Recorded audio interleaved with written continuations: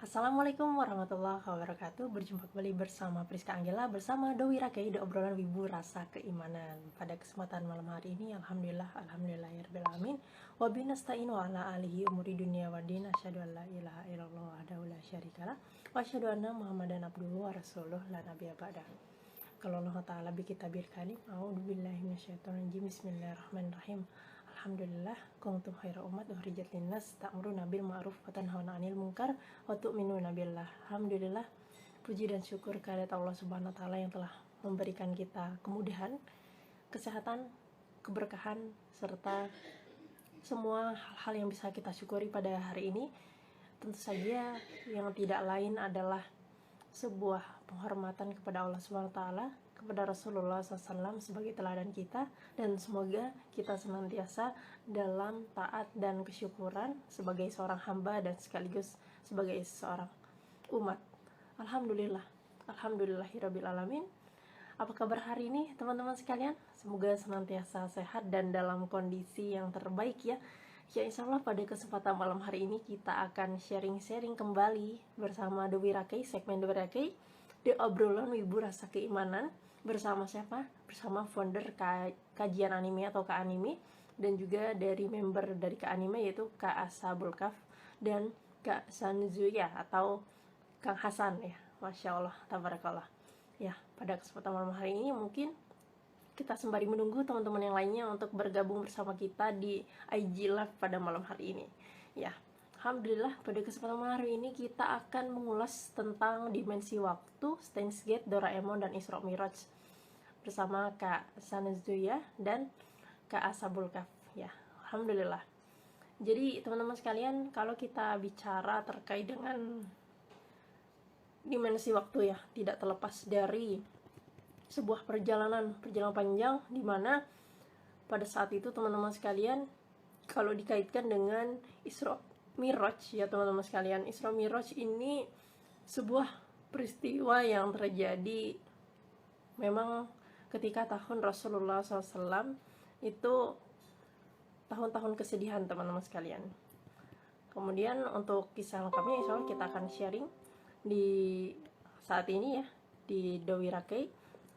Jadi teman-teman sekalian, Isra Miraj ini ternyata adalah sebuah tahun ketika Rasulullah SAW itu mendapatkan wahyu yang pertama. Seperti itu. Kemudian Isra Miraj juga terjadi 5 tahun setelah Rasulullah SAW itu diutus menjadi nabi, gitu ya. Jadi Isra Miraj ini terjadi pada malam 27 Rajab ya, pada tahun 10 kenabian. Jadi peristiwa ini terjadi sekitar 16 bulan sebelum hijrah, tepatnya pada bulan Ramadan tahun 12 kenabian. Jadi peristiwa ini juga terjadi di 1 tahun 2 bulan sebelum hijriyah, tepatnya pada bulan Muharram tahun 13 kenabian, dan terjadi di 1 tahun sebelum hijriyah, tepatnya pada bulan Rabiul Awal tahun 13 kenabian. Ya teman-teman sekalian, kalau kita bicara terkait dengan kisahnya Rasulullah SAW di balik Isra Miraj ini ya teman-teman sekalian, ini luar biasa sekali, banyak sekali hikmah-hikmah, makna-makna yang bisa kita ambil dari Isra Miraj sendiri teman-teman sekalian, dimana Isra Miraj ini merupakan sebuah hiburan dimana untuk Rasulullah SAW yang mendapatkan duka, atau pada saat-saat Rasulullah itu mengalami tahun-tahun kesedihan ya. Jadi ada yang disebut dengan Amul Huzn atau tahun duka cita ketika Rasulullah SAW itu sebelum Isra Miraj ya. Jadi mengapa beliau itu berduka teman-teman sekalian? Sebab adalah karena Rasulullah SAW itu baru saja ditinggalkan oleh istri beliau Khadijah radhiyallahu anha wafat pada Ramadan tahun 10 kenabian. Kemudian juga merupakan sosok yang luar biasa yang selalu menemani Rasulullah SAW dan sangat beliau cintai gitu ya. Jadi sejak mendapatkan wahyu, Khadijah adalah orang yang pertama yang mendukung beliau ketika kembali ke Gua Hira dalam kondisi demam. Kemudian Rasulullah minta kepada Khadijah, zamiluni, selimuti aku, seperti itu. Jadi saking cintanya beliau dengan Khadijah ini ditinggalkan karena memang wafat gitu ya di 10 tahun kenabian gitu. Saya sangat luar biasa ketika hikmah yang bisa diambil ketika Rasulullah itu diselimuti oleh Khadijah ya gitu ya. Selimuti aku, kemudian Khadijah segera menyelimuti beliau sebagai seorang istri dan memotivasi serta membangkitkan optimisme bahwasanya yang datang kepada beliau itu adalah kebaikan gitu ya. Jadi teman-teman sekalian, jadi memang ada hikmah-hikmah yang bisa diambil sebetulnya dari halo Kak Sek Apekoe, ini sudah datang nih, Masya Allah. Kita menantikan tahun-tahun yang lainnya. Jadi ada kisah-kisah di balik terkait dengan Isra Miraj ya. Jadi tahun-tahun kesedihan, duka cita dari Rasulullah SAW. Ke spoiler nggak ya nanti? Ke spoiler sedikit lah gitu ya. Ke spoiler sedikit, tapi enggak semuanya. Jadi istilahnya kita cerita-cerita tentang kisah di balik Isra Miraj ya Rasulullah. Asabulka suka banget nge-spoiler soalnya. Iya benar-benar suka nge-spoiler animenya sih sebenarnya. Tapi ini luar biasa, banyak sekali yang menarik ya teman-teman sekalian. Ya ahlan wa sahlan teman-teman sekalian yang hadir pada malam hari ini di IG Live pada malam hari ini ya. Semoga bahasan kita pada malam hari ini insya Allah akan luar biasa bersama kakak-kakak kece ya dari kajian anime, yaitu mengulas dimensi waktu, Steins Gate, anime Steins Gate, kemudian Doraemon serta kaitannya dengan Isra Miraj ya. Ini luar biasa ya. Jadi Isra Miraj ini tahun-tahun kesedihan Nabi, kemudian dihibur ya gitu ya oleh Isra Miraj ini. Oke, bismillahirrahmanirrahim. Di sini Kang Hasan sudah hadir atau Kak Sanzuya, gimana yang dibacanya gitu ya. Sudah hadir ya. Mohon izin mengundang. Semoga koneksinya lancar ya teman-teman sekalian. Semoga koneksi lancar dan semua terlaksana dengan apa yang kita kehendaki, atau ya paling tidak Allah berkahi serta lancarkan ya. Masya Allah. Assalamualaikum warahmatullahi wabarakatuh. Kang Hasan, gimana kabarnya nih? Waalaikumsalam warahmatullahi wabarakatuh. Alhamdulillah. Alhamdulillah, alamin. Lagi gimana nih kondisi? Aman, sehat ya? Insya Allah. Ya, alhamdulillah. Ya, meskipun sebagiannya banyak yang sakit ya sekarang, lagi musim sakit tenggorokan se-Indonesia. Benar. Lagi musimnya batuk, pilek ya, tenggorokan. Ya, ini harus jaga stamina bener-bener nih, Kang. Semoga senantiasa sehat ya, insya Allah. Amin. Ya, ini kita menantikan dari Kang Ashabul Kahf atau Kak Al-Adil juga nih. Ini Kang, pada malam hari ini kita mengulas terkait dengan dimensi waktu ya, menarik sekali ya. Steins Gate, Doraemon, dan Isra Miraj. Nah, ini kalau kita bahas sekarang nanti jadi spoiler berat ya. Ini gimana enaknya ya? Nanti kita tunggu dulu ke Ashabul Kahf ya. Mungkin boleh deh cerita sedikit-sedikit ini Kang Hasan terkait dengan terkait dengan Steins Gate itu ini. Boleh. Ada ke Ashabul Kahf nih. Alhamdulillah. Hormat pada Kang Bos Hasan. Masya Allah. Luar biasa. Suhu. Ini sudah hadir nih Kang. Alhamdulillah, kita undang dulu ke Ashabul Kahf.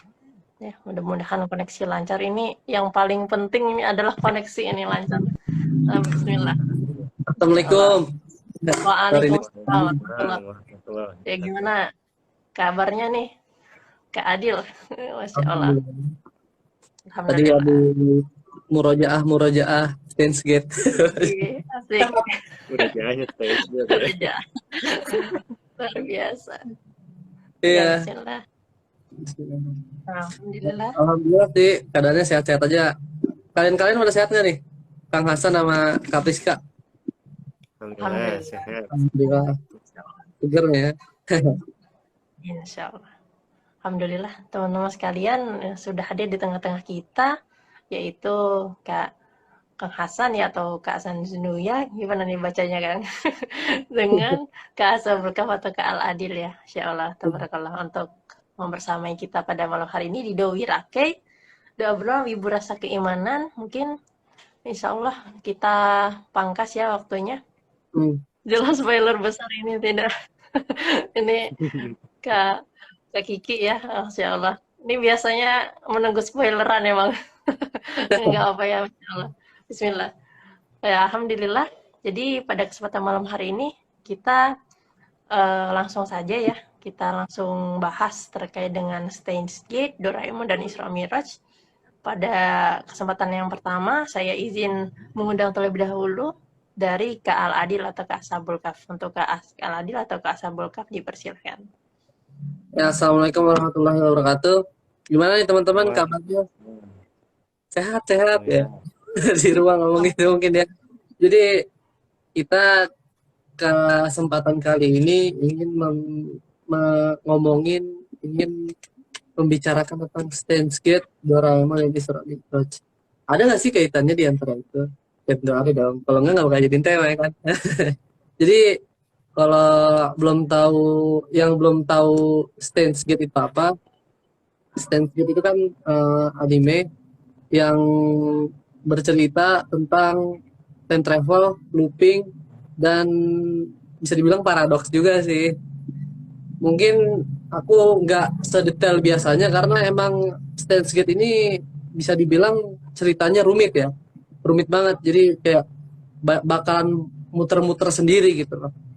Dan aku insya Allah bisaku ya. Jadi Steins Gate ini berawal cerita tentang para ilmuwan gitu kan, para ilmuwan yang tentang entah itu fisikawan atau apa gitu, pokoknya yang menginginkan adanya perjalanan waktu atau time travel. Nah, di sini lagi diskusi yang namanya pembuatan mesin waktu, ya kan?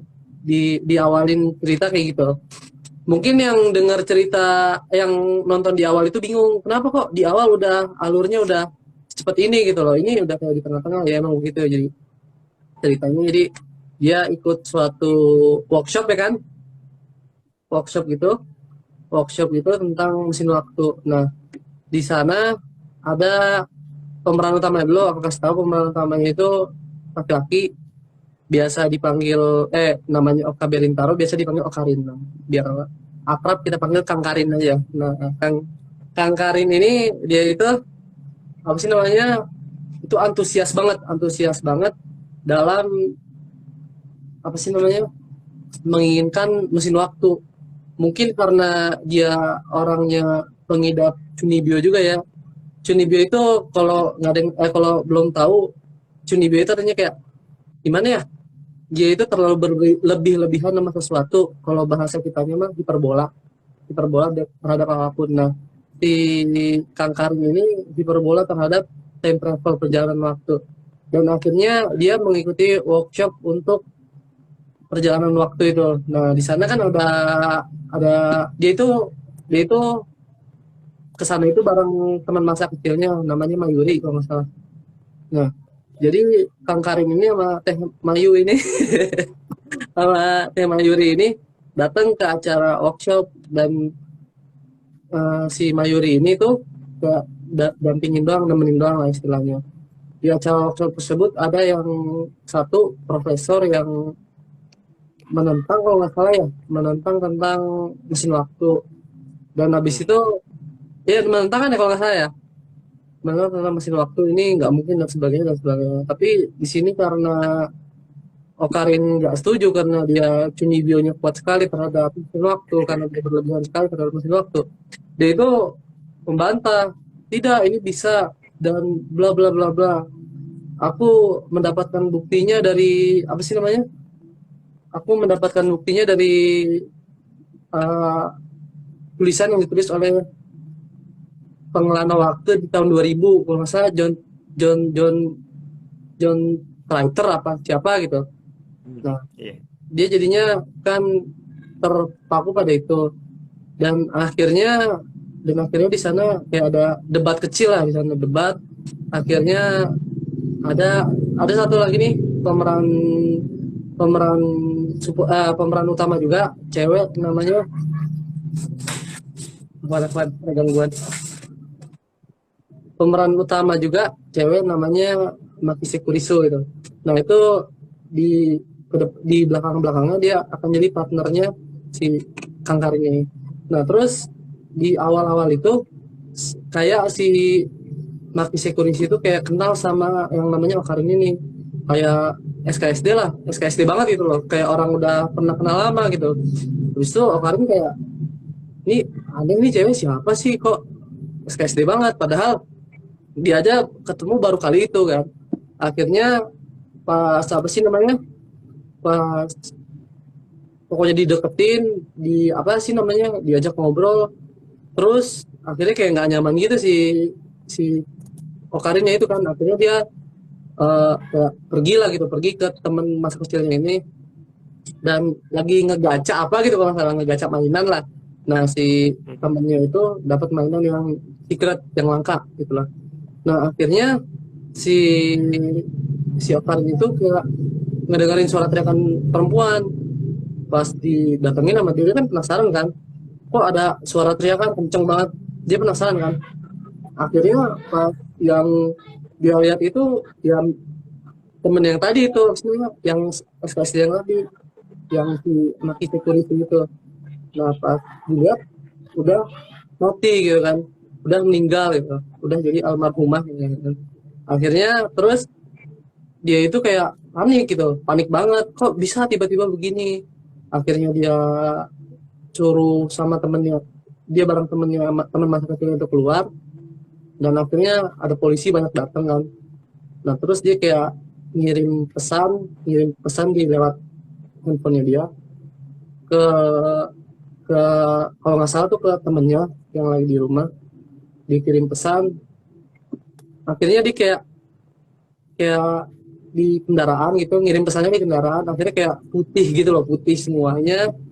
Dan akhirnya kayak dia tuh kayak kembali ke tempat masa itu, akhirnya kembali ke tempat awal dia diri di jalan raya gitu, kayak keulang lagi masanya gitu. Kayak dia juga bingung di situ, dia bingung. Akhirnya dia ke workshop itu lagi ya, pas itunya ya, dia datang ke workshop itu lagi, terus datang lagi ke bentar apa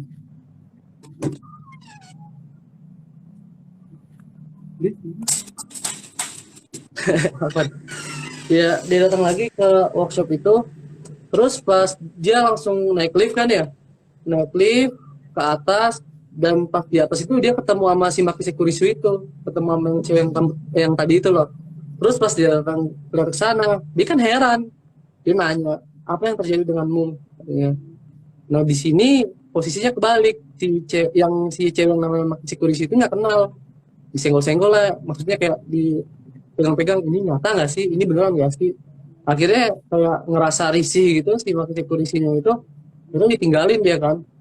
Dia ditinggalin, akhirnya si Okarin pun balik ke rumahnya. Nah di sana ada sahabatnya yang badannya agak gemuk gitu, namanya Taro lah. Dia jadi kayak dia punya partner dalam inilah, partner dalam bionya dia untuk menjaga waktu. Nah dia itu pas awal mulanya itu anehnya itu pas dia naro pisang di microwave, naro buah di microwave, terus tiba-tiba buah itu pindah sendiri ke tempat semula sebelumnya dipindahin, dan ada satu buah yang kayak rusak gitu lah, dan rusaknya itu nggak normal. Dan akhirnya si perempuan tadi yang risih tadi karena si Okarinnya itu datang, apa sih namanya, Okarin itu datang lagi biar apa sih namanya, mastiin si Maki Sekurisunya itu dia ngedatengin si Okarin ke tempat eksperimennya dia. Terus apa sih namanya, terus ditanya lah sama dia, kok kamu kesini dan sebagainya. Habis itu karena ada hal yang begitu, si cewek ini awalnya nggak percaya, ini adalah kebetulan, ini bisa pindah ke sini adalah hal yang kebetulan, bukan hal yang disengaja. Jadi mesin waktu itu tidak mungkin ada. Pokoknya dia awalnya begitu. Terus kata si Okarin itu karena dia pengidap video akut, dia bilang ini tidak mungkin itu dengan berpindah dengan sendirinya, pasti ada kemungkinan yang membuat buah ini, benda ini bisa time travel. Habis itu dia cari artikel-artikel gitu di internet ya, akhirnya dia nemuin apa tuh yang bisa berpindah gitu loh. Akhirnya mungkin entah karena apa ada buah yang rusak, mungkin karena kecepatannya tidak sebanding dengan beratnya atau dan apanya itulah pokoknya lah. Jadi ada yang rusak. Bahkan sebelumnya kan percobaan itu pernah dilakukan oleh manusia, tapi manusianya itu mati gitu. Jadi karena ada bukti-bukti dari internet, dari artikel-artikel begitu, dia merasa penasaran banget kan, dicoba terus, dan akhirnya itu ada satu kejadian yang buat si Okarin ini harus kembali ke masa lalu gitu, dan travel. Dan akhirnya dia nyoba microwave-nya itu ternyata berhubungan dengan smartphone-nya, dengan handphonenya dia. Dan handphonenya itu tuh kalau dikirim pesan kepada microwave-nya, dia itu pindah ke masa lalu. Tapi di sini yang bisa berpindah ke masa lalu hanya satu orang doang, dan yang lain itu nggak bakal bisa. Nah, jadi konsepnya gini, kita ngirim pesan ke masa lalu, terus pesan itu akan tersampaikan, dan itu pun akan terjadi di masa yang akan datang, masa yang kita pergi itu, yang sekarang itu, di masa depan yang baru lah istilahnya gitu, garis timeline yang baru lah gitu. Misalnya saya minta Abu Janda nggak ada misalkan. Jadi pas saya kirim pesan ke microwave itu, ternyata emang nggak ada gitu loh, dan mungkin dia menjadi orang baik atau gimana gitu loh. Nah itu konsepnya sama kayak gitu, tapi yang bisa time travel di sana itu cuma saya doang. Jadi yang lainnya saya kasih tahu pun nggak bakal percaya, karena itu pun dia nggak ngerasain itu time travel, karena hal yang itu emang ada di garis waktu yang mereka lalui. Kayak gimana ya, misalkan gini, saya yang simpel aja deh, saya bilang Indomie goreng nggak ada, terus akhirnya ngirim pesan ke microwave, Indomie goreng nggak ada.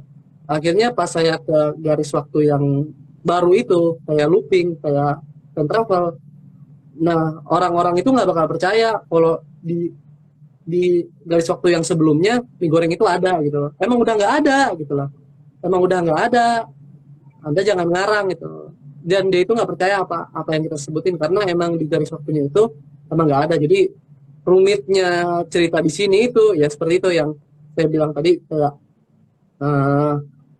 yang bisa pergi cuma satu orang dan yang merasakan cuma satu orang gitu. Ibarat kalau dikaitkan dengan Isra Mi'raj ini masuk akalnya dengan cerita yang Rasulullah turun dari langit, yang apa sih namanya, yang ngerasain cuma Rasulullah, yang lain diceritain. Nah, yang diceritain itu kayak nggak percaya gitu loh. Ntar mungkin akan dilanjut oleh ceritanya Kang Hasan kan. Kita berfokus sama Steins Gate-nya lagi, balik lagi. Nah, kalau misalkan itu di kejadian hal nyata yang dilakukan oleh kita itu mustahil, tapi kalau itu yang dilakukan oleh Rasulullah itu hal yang memungkinkan gitu loh. Jadi pas di sini itu rumitnya, jadi orang pada nggak percaya, bahkan teman-temannya pun nggak percaya kalau dia itu ngelakuin looping gitu loh, ngelakuin pindah garis waktu gitu. Dan akhirnya kejadian itu pun sering terjadi gitu, karena ada satu hal dia pindah ke garis waktu yang lain, karena ada lain hal dia pindah ke garis waktu yang lain, yang akhirnya membuat teman-temannya itu percaya gitu. Soalnya kayak ada bukti-bukti yang oh iya masuk akal juga ya, apalagi dia itu dalam di satu tempatnya itu kan tempat penelitian gila ya, mad scientist katanya kan, tempat penelitian gila, dan mereka itu bergabung karena ada sedikit kayak oh iya ada bukti kecil-kecil gitu, mereka jadi percaya, awalnya nggak percaya jadi percaya. Dan puncak ceritanya itu pas di episode 23 itu, dia itu kan pengen nyelamatin temennya yang namanya Mayuri itu, teh Mayuri itu. Jadi entah kenapa, saya juga lupa karena udah lama nggak nonton. Eh, jadi ada salah satu agen rahasia milik dunia di masa depan. Ada yang namanya FB. Nah, FB itu dia ngincer alat yang bisa time travel, habis itu Mayuri gitu loh. Temennya si cowoknya itu. Dan akhirnya agen rahasia FB itu kayak ngebunuh dia terus gitu. Dan akhirnya si apa namanya, si Okarin itu, nih Kak Priska, bisa internetnya lancar. Cek internetnya. Tadi nggak Jadi si ada agen rahasia ini yang ingin bunuh Mayuri. Nah, setiap saat kan, karena udah ketahuan kalau si Okarin ini time travel, dia itu yang bisa pindah-pindah waktu. Nah, terus agen rahasia itu ngebunuh Mayuri terus, ngincar Mayuri terus, dan akhirnya dapat terus gitu, dapat, dan itu yang membuat si Okarin itu pindah ke masa lalu. Ibarat kita mah nyusun strategi biar Mayuri itu nggak mati gitu loh. Jadi kayak berusaha berkali-kali putar aliran waktu terus. Akhirnya satu di mana dia muter aliran waktu, dia pengen ngutus si apa namanya? Ya si OKB, mana ya Allah lupa. Si Okarinnya itu nah ke masa lalu dan ketemu si Maki Kurisu ketemu Okarin. Nah, sebelumnya dia mungkin udah ngobrol atau gimana. Jadi di episode 1 tuh kan pernah tadi awal saya bilang kalau si Maki Kurisunya kayak kenal sama Okarin SKFG, padahal Okarinnya nggak pernah ketemu. Nah, itu dia. Jadi sebenarnya di episode 1 itu si Maki Kurisunya itu udah ketemu sama si Okarin yang dari masa depan lah istilahnya. Dia udah ngobrol, dan akhirnya pas di tempat apa sih namanya, di tempat pro workshopnya itu dia ketemu, dia udah nggak asing lagi. Sedangkan si Okarin yang di dalam timeline sekarang ini yang kita lagi ceritain ini, dia itu belum mengenali Maki Kurisu itu. Dan akhirnya di situ kan kelihatan tuh paradoksnya, si Maki Kurisu mati atau enggak si Mayuri itu yang mati. Jadi kayak pilihan yang berat gitu. Apalagi kalau nggak salah ya, di akhir-akhir cerita itu si pemeran utama itu kayak menaruh rasa gitu lah. Jadi itu emang pilihan yang berat, dimana dia harus menolong teman kecilnya atau dia harus menolong orang yang dia sayangi lah istilahnya gitu. Jadi kalau untuk konsep time travel di Steins Gate ini dan apa sih namanya, ini aku nggak bisa ngasih banyak soalnya emang ini tuh bisa dibilang rumit banget gitu. Jadi mungkin kalau untuk yang bisa ambil dari kisah Steins Gate ini ke kisah Isra Mi'raj ini, awalnya itu emang dia itu ya orang yang bisa time travel, dan itu dia itu hanya sendiri, dia itu hanya dirinya dia sendiri yang bisa time travel ke garis waktu yang lain. Dan akhirnya orang yang di garis waktu yang lain itu kan nggak percaya gitu loh, karena hal itu emang udah terjadi gitu. Dan itu yang membuat ya, misalnya saya dari apa sih yang saya ceritain tadi, terus yang orang-orang ini hal-hal lumrah, jadi kayak ya emang udah biasa gitu loh. Terus kalau pas dibilangin kalau sebelumnya ada loh ini, sebelumnya gajah itu nggak pakai gading, sekarang pakai gading, itu orang nggak percaya, soalnya emang dari dulu sampai sekarang itu pakai gading gitu loh.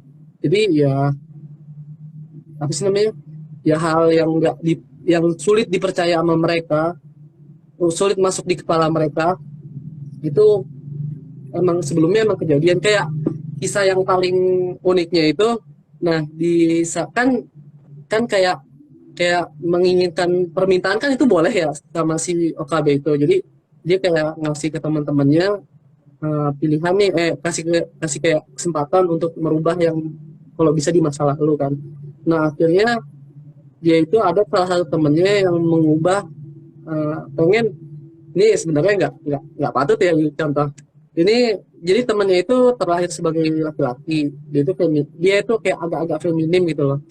Dan akhirnya pas ada OKB itu dia ingin menginginkan satu permintaan, dia pengen terlahir sebagai perempuan, dia ngirim pesan lewat orang tuanya gitu loh. Di microwave itu dia ingin terlahir sebagai perempuan. Alhasil pas dia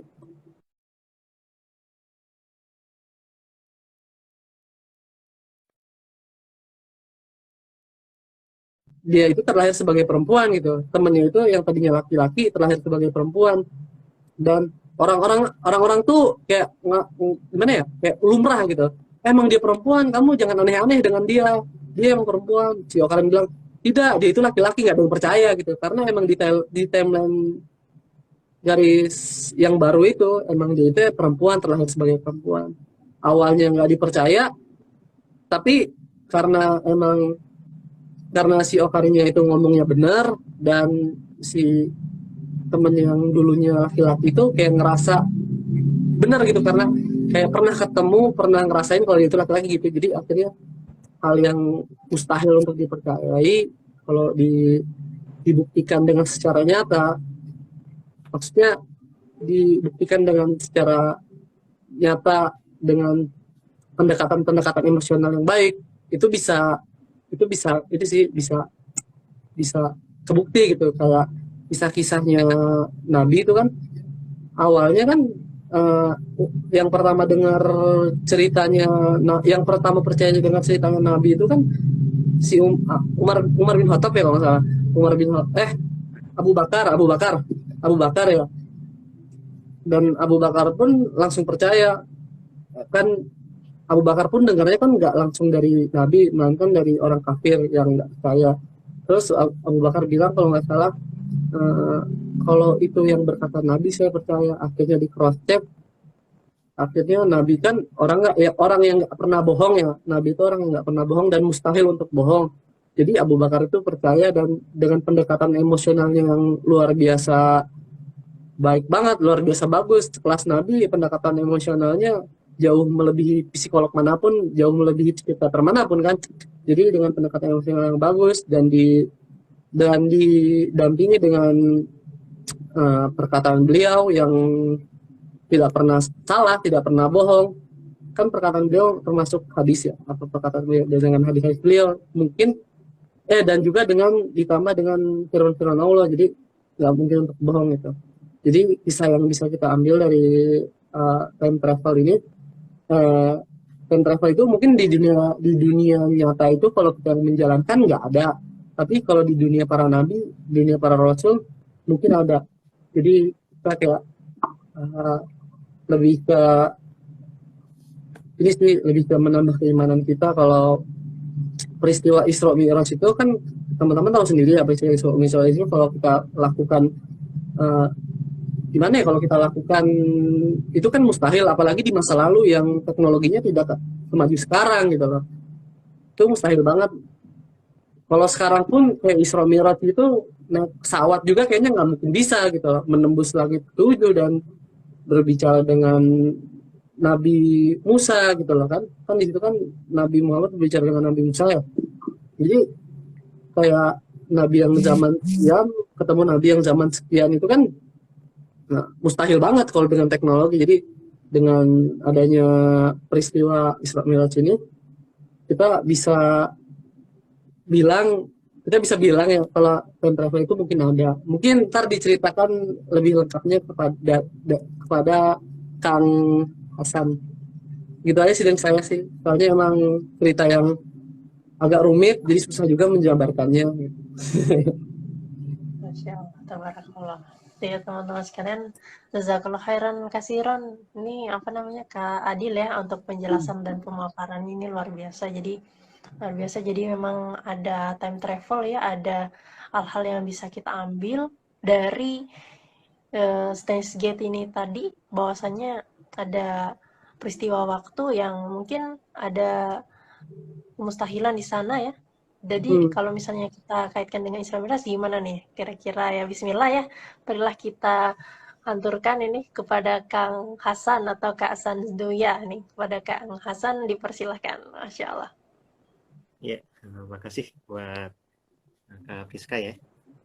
Ya, sebelumnya barangkali ada yang belum kenal, saya Hasan. Jadi Sansnuya itu sebenarnya singkatan ya sebenarnya. Jadi Muhammad Hasanuddin Yajid gitu. Hasan Nudin Yajid. Jadi disingkat jadi Sansnuya. Itu sih. Latar belakangnya ya, yang namanya itu cuma singkatan doang. Kalau itu sebenarnya udah dari dulu. Kalau orang-orang kan yang di anime ada Kirito tuh. Kirito itu Kirigaya Kazuto. Nah kalau saya Sansnuya gitu sih maksudnya. Jadi yang tadi ya maksud nama itu ya itu sebenarnya. Kak Rizka. Ya, untuk Isra Miraj sendiri dan hubungannya ya dengan yang disampaikan Kak Adil tentang stage gate, ini emang ada yang menarik sih. Jadi berawal dari yang latar belakang dulu kali ya, yang pengetahuan umum tentang Isra Miraj. Isra Miraj sendiri kan ini kejadiannya terjadi ketika Khadijah ya, ketika Khadijah wafat, udah itu Abu Thalib wafat gitu kan, yang selalu melindungi Nabi gitu. Hingga akhirnya Rasulullah sendiri risau, sedih gitu, dan sampai-sampai kan disebut sebagai takut. Dan ya tentu ini bertepatan dengan bulan Rajab ya tahun ini. Nah, pada waktu itu ketika dalam keadaan risau seperti itu, Rasulullah datanglah ke Ka'bah ya, mengunjungi Ka'bah, dan ternyata pas sudah nyampe di sana beliau ketiduran. Nah, pas ketiduran kayak gitu, tiba-tiba dibangunkanlah oleh Jibril gitu kan. Sembari diajak naik buruk ya, diajak naik kendaraan yang menurut penuturan beliau tuh ada sayapnya gitu kan. Dan ukurannya itu tidak tinggi, tidak terlalu besar dan tidak terlalu kecil gitu. Dan udah itu tuh tiba-tiba diajak jalan-jalan sampai ke beberapa tempat sekaligus. Dan yang paling kita ketahui kan ke Baitul Maqdis di ini ya, Yerusalem, Palestina, dan setelah itu ke Sidratul Muntaha. Ini yang awal-awalnya. Dan yang paling kita ketahui tentang Isra Miraj yang sering kita dengar ya, tadi itu di sekolah, di kuliah, dan lain sebagainya. Ini tuh ceritanya Rasulullah pergi ke Baitul Maqdis, bertemu para nabi gitu di langit pertama, kedua, ketiga, keempat, kelima, dan yang sampai terakhir itu ke langit ketujuh bertemu dengan Nabi Ibrahim di surga. Dan setelah sampai ke Sidratul Muntaha, menerima perintah sholat 5 waktu. Yang awalnya itu 50 waktu. Jadi awalnya Rasulullah itu disuruh perintah sholat itu adalah 50 waktu gitu kan. Tapi ketika udah nerima perintah itu, pulanglah gitu kan. Hendak pergi, tapi dicegat sama Nabi Musa. Dapat apa dari sono?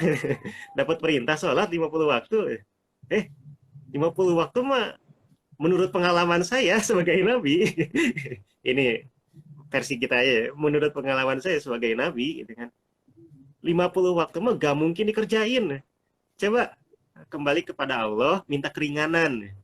Ya udah, Nabi Muhammad langsung balik ke sana gitu kan, menghadap Allah kembali, minta keringanan, dan akhirnya dikurangi 5 waktu jadi 45. Balik lagi lah ke bawah gitu kan, balik lagi keluar, bertemu lagi dengan Nabi Musa. Gimana hasilnya? Dikurangin 5 gitu. Itu 45 masih jauh gitu. Masih sulit untuk dilaksanakan oleh umatmu. Coba balik lagi minta keringanan. Terus berkali-kali kayak gitu dikurangi 5 hingga akhirnya pas nyampe lah gitu kan, disebutkan 5 waktu gitu. Dan ketika udah 5 waktu kayak gitu ya, Allah udah memerintahkan ya udah 5 waktu saja gitu. Tapi pas sudah dapat 5 waktu aja, itu Nabi Musa masih protes. 5 waktu belum tentu itu, gak mungkin dikerjain sama umatmu ya. Ya kan emang umat Nabi Musa itu kan luar biasa bebal ya. Jadi udah melihat berbagai mukjizat gitu kan, bahkan di depan mata sendiri gitu kan, membelah lautan dan lain sebagainya, sampai-sampai turun makanan ya, mana dan salwa dan lain sebagainya, tapi masih aja nggak percaya. Akhirnya kan ini jadi pengalaman tersendiri nih. Umat saya aja dulu kayak gitu, boleh jadi nih umat Nabi Muhammad bakalan sama gitu. Makanya itu 5 waktu itu masih kebanyakan, coba minta keringanan lagi. Tapi Nabi Muhammad menolak, dan karena beliau malu ini udah bolak-balik berkali-kali masa masih minta lagi gitu. Dan akhirnya beliau kembali ke ini yang pengetahuan umum ya, kembali ke Mekah dan menceritakan tentang Isra Miraj, namun tak ada satupun yang percaya kecuali Abu Bakar, sehingga Abu Bakar digelari As-Siddiq. Nah ini ya yang kebanyakan kita percaya, yang sering kali kita dengar ya, sering kali kita dengar. Nah ternyata teman-teman, sebenarnya ada sih yang terlewat. Ada banyak sekali cerita tentang Isra Miraj yang terlewat. Emang sih intinya itu, hanya saja banyak banget yang terlewat. Yang pertama, ada sebenarnya dalam pernah ada suatu khilafiyah ya dari para ulama. Ini Rasulullah itu apakah jasmaninya saja, apakah ini ruhaninya saja gitu, apakah ini terjadi secara mimpi atau emang langsung kejadian gitu kan. Nah, para ulama bersepakat ini Rasulullah ini kejadiannya itu jasmani dan ruhani sekaligus. Jadi fisiknya itu ikut berangkat ke sono, ikut berangkat ke Sidratul Muntaha. Nah, ini yang paling pertama ya, yang paling pertama yang perlu kita pegang. Rasulullah itu ke sono bukan hanya melalui mimpi, bukan hanya cuma ruhaninya saja, tapi fisiknya ikut ke sono. Ini yang pertama. Yang kedua, ternyata ada yang menarik. Mirip seperti yang di anime Steins Gate tadi, dan khususnya ya yang jadi judul di sini, yaitu Doraemon. Beneran Rasulullah itu melintasi berbagai dimensi waktu. Ini yang keren. Bukan hanya masa depan ya, tapi seolah-olah bercampur antara masa depan dan masa lalu. Nah nanti insya Allah saya ceritakan ya ke depannya. Tapi ini salah satu yang terlewat. Yang pertama, Rasulullah itu mengalami secara fisik. Yang kedua, ternyata melewati dimensi ruang dan waktu. Dan yang ketiga, kisah Rasulullah ini bukan hanya sekedar Abu Bakar As-Siddiq langsung percaya, tapi ada latar belakang kisahnya gitu. Jadi ini saya pertama kali dengar dari ceramahnya Ustadz Khalid ya, Ustadz Khalid Basalamah. Kemarin-kemarin sempat ribut ya gara-gara wayang. Nah, beliau kan sebenarnya ahli, termasuk yang ahli sejarah ya, bagus banget. Jadi kalau teman-teman mau dengar tentang Sirah Nabawiyah, ya itu dari ceramah Ustadz Khalid, termasuk yang recommended banget. Nah, ternyata ada bukti logis yang menyatakan kalau Isra Miraj itu terbukti benar. Jadi suatu ketika ya, dan ini yang sering kali terlewat, beliau ketika perjalanan ke bumi ya, ketika perjalanan ke bumi setelah dari Baitul Maqdis, itu sempat bertemu, jadi kan udah dari Sidratul Muntaha tuh, terus ke Baitul Maqdis, dan dari Baitul Maqdis, dari Palestina itu, langsung perjalanan lah ke Mekah. Nah dari perjalanan dari Baitul Maqdis ke Mekah ini ternyata beliau Rasulullah bertemu dengan rombongan kafilah Quraisy. Nah yang si kafilah Quraisy ini kelihatanlah sama Rasulullah, dan Rasulullah kayak di langit lah, di langit kelihatan berbagai hal gitu kan, jelas banget. Dan walau alam ya cara kelihatannya itu bagaimana. Tapi yang jelas beliau melihat itu gitu, ada rombongan kafilah Quraisy yang lagi rame-rame gitu menuju ke Mekah. Dan ketika itu ternyata mereka itu si kafilah Quraisy ada untanya itu yang menghilang. Jadi yang rombongan tadi pada kebingungan lagi nyari onta, ontanya itu ngilang gitu. Nggak tahu ini kemana si ontanya itu. Terus karena Rasulullah itu emang dari atas dan kelihatan segalanya, langsung Rasulullah bilang ke si para kafir, bahkan sampai detail. Kalau versi kitanya mah, coba nanti lurus ke sono, belok kanan, dan disitulah untanya gitu. Nah, orang-orang kafilah Quraisy tadi terheran-heran lah, loh kok ini ada suara tiba-tiba dari langit gitu. Tapi karena penasaran, akhirnya dipercayailah gitu kan. Dan rame-rame si orang-orang Quraisy tadi, para kafilah tadi langsung nyari si unta. Dan beneran ketemu gitu. Itu yang pertama. Dan yang kedua, ketika si para kafilah Quraisy tadi jalan-jalan nyari unta, nah Rasulullah itu sempat turun ke tempat perkemahan si kafilah Quraisy tadi dan meminum sedikit air ya yang ada di dalam panci atau di dalam kendi ya. Nah setelah itu baru Rasulullah nyampe ke Mekah. Nah ternyata ada yang menarik di sini. Ternyata peristiwa itu boleh jadi ini hikmah juga ya dari Allah tentang apa yang nantinya bakal jadi bukti untuk Isra Miraj sendiri. Dan ketika balik ke Mekah gitu kan, dan balik ke Mekahnya itu subuh-subuh ya. pas subuh di depan Ka'bah, Rasulullah kan udah mengalami banyak sekali kejadian ya, banyak banget kejadian. Nah, lagi bingung kayak gitu, tiba-tiba Abu Jahal datang. Ini kok Rasulullah, nggak sampai Rasulullah ya, kan nggak percaya. Ini kok Nabi Muhammad kok diam-diam aja gitu kan. Kayak orang bingung gitu. Ini kenapa dia? Ya udah dia inisiatif nanya. Nabi Muhammad, kamu kenapa gitu kan? Ada apa? Langsung sama Rasulullah tuh diceritain. Jadi gini Abu Jahal gitu kan. Tapi kayaknya nggak nyebut Abu Jahal ya. Atau iya gitu. Tapi yang jelas langsung menceritakan secara rinci.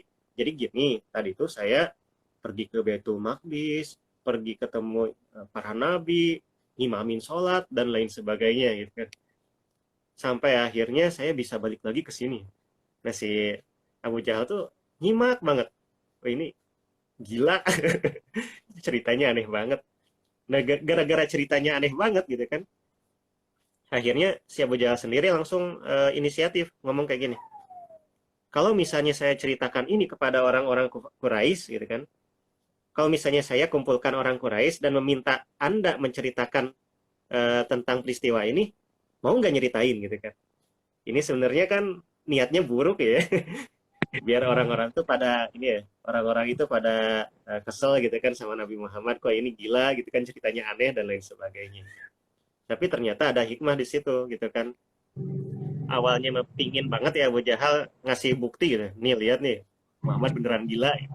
Tapi ternyata ada hikmah di situ gitu kan. Ketika emang dikumpulkan gitu kan sama Abu Jahal, dan ini aneh banget. Tumben-tumbenan gitu Abu Jahal ngumpulin orang-orang Quraisy untuk dengerin Nabi. Padahal biasanya ya justru sebaliknya gitu. Jangan, nggak usah didengerin gitu. Tapi kok ini disuruh didengerin gitu. Akhirnya kan pada penasaran tuh ngumpul. Ada apa Abu Jahal? Silahkan Muhammad, tolong ceritakan yang tadi engkau ceritakan kepada saya. Diceritain lah itu Isra Mi'raj sampai detail. Nah pas diceritain Isra Mi'raj secara detail, bahkan sampai para sahabat Nabi sendiri itu langsung ragu, nggak percaya. Ini apaan gitu kan. Aneh banget gitu ceritanya. Dan karena semuanya itu kebingungan, dan biasanya yang paling tahu banget ya tentang Nabi Muhammad itu Abu Bakar, akhirnya orang-orang itu pada manggil Abu Bakar As-Siddiq buat bertanya gitu kan. Ini Rasulullah itu beneran atau kagak sih gitu kan. Akhirnya soalnya kan Abu Bakar nggak ikut ke sana, lagi di kebun kurma gitu kan, jauh. Akhirnya dipanggil Abu Bakar, dan ketika ketemu ya orang-orang Quraisy itu bertemu dengan Abu Bakar, lalu menceritakan juga yang soal Isra Mi'raj gitu kan kepada Abu Bakar. Coba dengerin nih, Nabi Muhammad ngasih cerita yang kayaknya aneh banget, gila banget.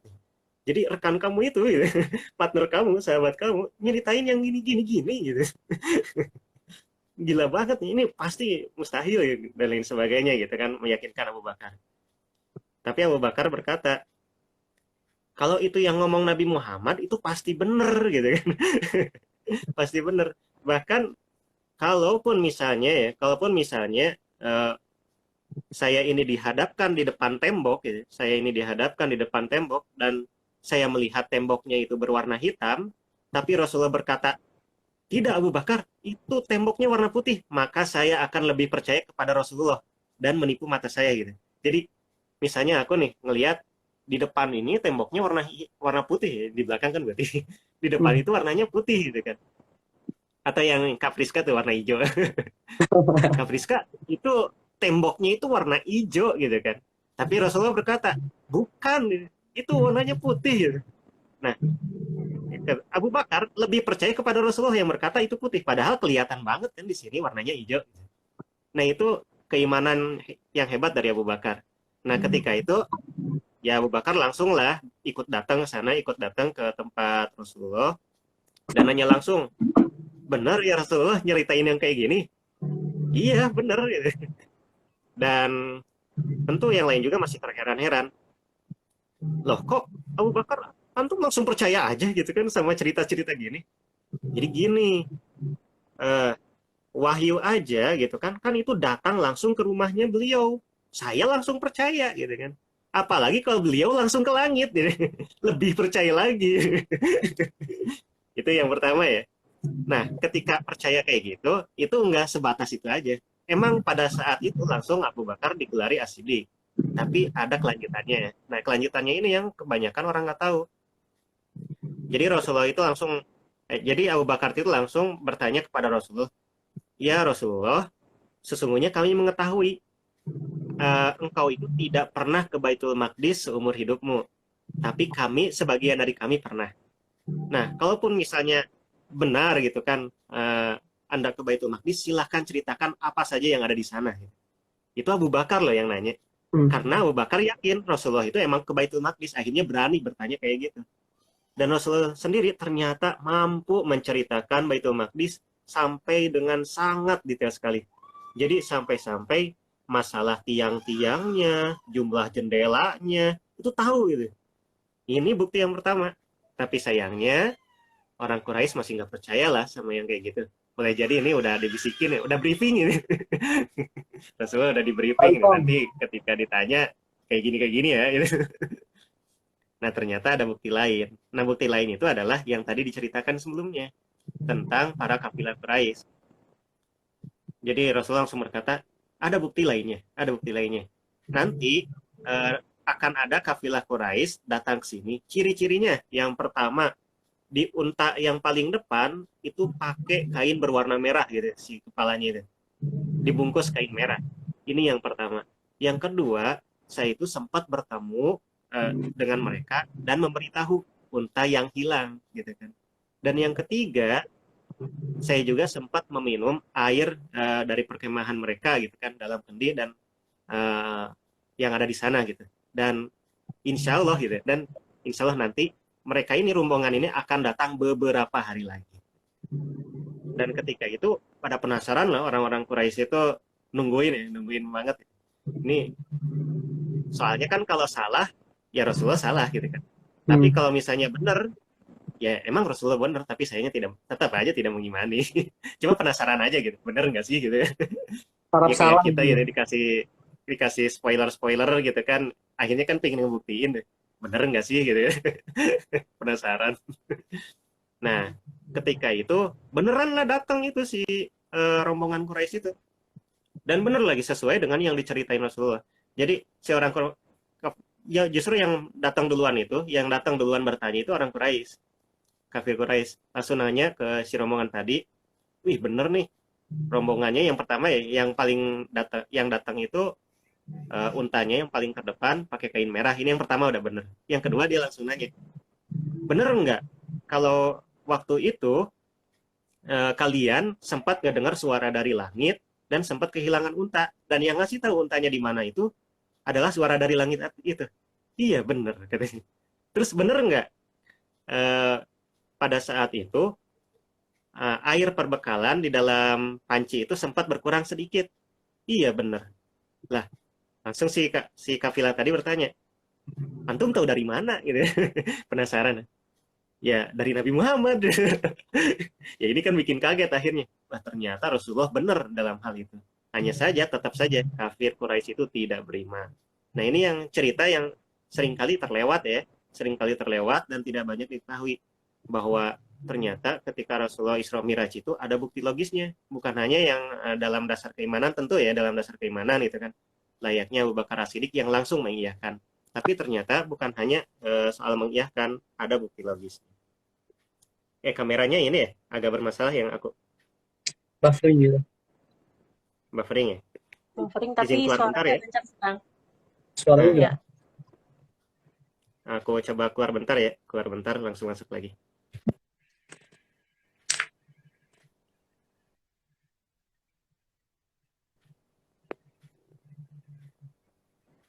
Masih ada ya? Atau udah? udah aman ini Kang, udah epic. Oh, udah aman. Oke.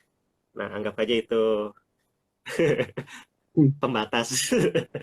Itu kan tentang pengetahuan tentang Isra Miraj. Nah, ini udah. Nah, sekarang baru masukin Steins Gate. Nah, adapun yang kenapa sih pada akhirnya kita pilih ya yang temanya tentang Steins Gate dan Doraemon ya. Karena ada yang menarik. Pertama, kalau dari segi teknologi, emang teknologi yang versi mukjizat ya, yang yaitu kendaraan buruk itu bener-bener luar biasa banget lah, mungkin melebihi Doraemon kali ya. Karena Doraemon sendiri ya itu memang fiksi gitu ya. Memang fiksi dan banyak banget batasannya ya dari mereka sendiri. Ini yang pertama ya, teknologi dari mukjizat yang boleh jadi melampaui Doraemon. Dan bukan hanya itu, mirip banget sama Doraemon dan apa tuh? Dan Steins Gate.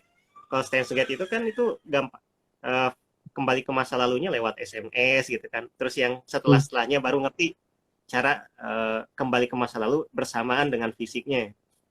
Nah, tentu kalau misalnya kalau versi anime mah bebas ya. Tapi sayangnya seperti yang diceritain tadi sama Kang Adil, itu mustahil di dunia nyata. Karena kalau misalnya beneran terjadi, kacau banget nih gitu. Ini bisa jadi bakalan ada yang iseng bakalan iseng mengubah-ubah masa lalu. Bukan hanya itu, beneran bisa seperti yang kayak di Steins Gate tuh.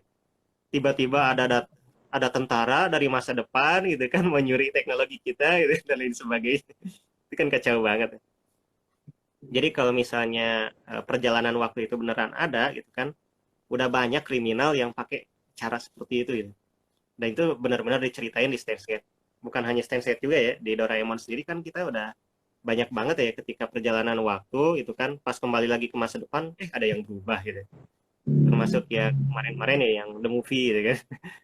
Awalnya nikahnya sama apa tuh yang anuan si Giant. Tapi diubah agar bisa menikah dengan Shizuka. Itu sebenarnya bakal bikin kacau gitu kan kalau misalnya beneran bisa kayak gitu. Tapi ada yang beda dari Rasulullah.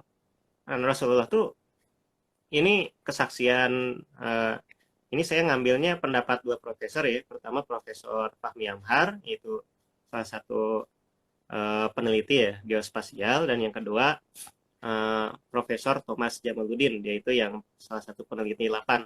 Dan dua-duanya mengangkat tema yang sama. Jadi ada perjalanan dimensi waktu yang dilakukan oleh Nabi Muhammad. Apa sih maksudnya? Nah, lagi-lagi ini mungkin boleh jadi ya, hanya sebagian orang yang tahu. Kalau ternyata Rasulullah itu ya bisa dikatakan berhasil berangkat ke masa depan dan berhasil bertemu dengan orang-orang di masa lalu di waktu yang bersamaan. Apa sih itu maksudnya? Jadi kayak gini. Jadi perlu teman-teman ketahui dulu ya dari awal, ini kita lagi bicara mukjizat, dan yang namanya mukjizat itu emang di luar banget, di luar hukum alam. Contohnya kalau misalnya Nabi Ibrahim kan itu dibakar tapi tidak terasa panas, bahkan segar-segar aja gitu kan. Padahal secara hukum alam harusnya kan membakar kayak gitu. Ini akhirnya kan bertentangan dengan hukum alam yang ada gitu. Terus contoh yang lain Nabi Musa cuma dengan mengetuk tongkatnya itu bisa bisa membelah lautan. Nah, secara logika itu gak bisa, apalagi tanpa teknologi apapun ini. Ini yang namanya mukjizat. Termasuk dalam mukjizat lain dari Nabi Muhammad, salah satunya yang membelah bulan, itu kan cuma ditunjuk doang, tapi bisa bulan terbelah ya. Udah itu nyatu lagi, itu kan mustahil banget. Dan berbagai hal-hal yang mustahil kayak gini yang sebenarnya tidak masuk akal ya, tidak masuk akal dan pokoknya aneh lah gitu kan. Termasuk yang Nabi Isa hanya dengan diusap dan lain sebagainya tiba-tiba bisa sembuh, tiba-tiba bisa hidup kembali dan lain sebagainya. Padahal pada masa itu teknologinya belum nyampe. Apalagi itu menghidupkan orang mati sampai sekarang nggak ada yang bisa gitu. Mati suri sih oke gitu kan. Iya kalau mati suri ya. Tapi kalau mati beneran gitu udah jadi jenazah kayak gitu dihidupkan lagi nggak bisa gitu. Edo Tensei kayak gitu nggak bisa. Nah, yang mukjizat tuh kayak gitu, termasuk yang Isra Miraj. Emang perjalanan waktu itu mustahil dilakukan. Jadi yang ada di anime Steins Gate sama Doraemon itu mustahil terjadi lah gitu kan. Tapi kalau misalnya itu adalah mukjizat, itu beda cerita. Ini kan emang berbagai mukjizat itu emang di luar hukum alam. Dan emang terjadi pada Rasulullah yang pertama nih. Dikisahkan Rasulullah itu ketika ke Baitul Maqdis, sholat bersama para nabi dan rasul yang itu dari masa lalu, tapi di tempat yang sama Dan ternyata ini ada fakta tambahan juga, ternyata yang pakai buruk itu bukan hanya Rasulullah, tapi nabi yang lain juga pakai gitu. Soalnya dalam hadis tersebut ya, jadi ketika Rasulullah itu sampai di Baitul Maqdis, Rasulullah itu nyimpen ya, ngeparkir ya, ngeparkir buruk itu di tempat parkirnya para nabi yang lain gitu. Tempat para nabi yang lain memarkirkan kendaraannya gitu. Artinya kan itu yang pakai kendaraan buruk itu bukan Rasulullah doang, jadi ternyata yang lain juga pakai gitu. Itu yang pertama. Yang kedua, ketika nyampe di sana, ternyata Rasulullah itu sholat 2 rakaat dan mengimami banyak sekali orang di belakangnya. Ketika ditanya, siapa itu?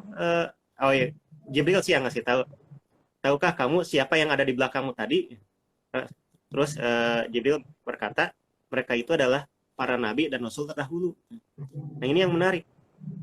Seperti yang saya sampaikan di awal, yang jadi penegasan, Rasulullah itu hadir secara jasmani, hadir secara fisik, hadir secara fisik. Dan ketika hadir secara fisik, sholat bareng dengan para nabi dan rasul terdahulu gitu di Baitul Maqdis, artinya kan ini udah melakukan perjalanan waktu gitu. Nabi Adam itu kan hidupnya udah beribu-ribu tahun lebih ya, berjuta-juta tahun ya, walau alam ya, berapa tahunnya gitu. Tapi itu kan udah lama sekali gitu. Bahkan yang paling dekat itu Nabi Isa kan itu udah lebih dari 600 tahun ya, kurang lebih ya. Kurang lebih udah sampai ratusan tahun. Tapi bisa sholat di tempat yang sama, di waktu yang sama. Coba. Ini kan bukannya time travel. Aneh kan?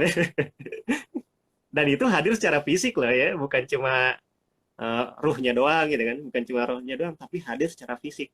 Dan yang lain juga tentu hadir secara fisik. Artinya ini emang terjadi time travel di sini. Ini yang pertama. Yang kedua, ketika Rasulullah bertemu dengan para nabi dan mangga teman-teman cek hadisnya aja ya. Seingat saya setelah bertemu dengan Nabi Adam ketika perjalanannya ke langit ya, di langit pertama bertemu Nabi Adam, setelahnya itu diperlihatkan surga dan neraka ya. Dan dikasih tahu nanti di neraka tuh kalau misalnya ngelakuin ini maka yang terjadi ini. Kalau misalnya mengambil riba maka hukumannya kayak gini. Kalau misalnya mencuri maka hukumannya begini. Sampai dijelaskan detail oleh malaikat di sana gitu kan, apa yang terjadi di sana. Padahal teman-teman perlu ketahui ya, ya sepengetahuan saya gitu, surga dan neraka itu sampai sekarang ya belum ada isinya gitu.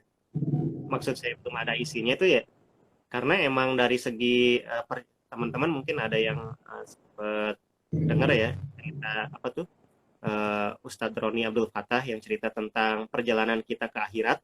Itu kan panjang banget ya, dari alam kubur gitu kan, dibangkitkan, udah itu berada di padang mahsyar, udah di padang mahsyar itu bakal sampai ke berbagai fase gitu kan, jembatan sirat baru sampai ke surga gitu. Ada juga yang setelah beres hisab langsung ke neraka, ada juga yang orang kafir langsung ke neraka gitu. Artinya kan itu masa depan gitu. Jadi Rasulullah itu sedang melihat masa depan gitu. Padahal kan orang-orang yang padahal ya surga neraka saat ini ada gitu, tapi Rasulullah bisa melihat itu. Artinya udah terjadi time travel di sana gitu. Time travel melihat orang-orang yang ada di neraka ini. Ini yang kedua, gitu. Melihat surga dan neraka. Dan yang ketiga, ya dan yang setelahnya ya tentu pertemuan dengan para nabi gitu. Para nabi terdahulu juga kan itu aneh. Para nabi terdahulu yang baik itu Nabi Adam, Nabi Isa gitu kan, Nabi Musa gitu kan, sampai yang protes berkali-kali bolak-balik masalah sholat. Itu kan lagi-lagi saya sampaikan itu Rasulullah itu hadir secara jasmani gitu. Dan Rasulullah bisa bertemu dengan mereka gitu. Jadi lagi-lagi ya ini jadi salah satu bukti juga time travel. Dan emang bener banget mirip boleh jadi mungkin sesuai dengan yang di Animus Steins Gate. Kalau misalnya manusia itu bisa time travel, kalau gagal tuh bakal jadi jelly gitu. Kalau versi Steins Gate kan kayak gitu ya, Kang Adil. Ketika gagal jadi jelly hijau. Atau kalau versi Sense ya, yang disampaikan oleh Prof. Fahmi Amhar, nggak mungkin manusia itu bisa travel dengan kecepatan cahaya, melebihi cahaya bahkan gitu. Melebihi cahaya, padahal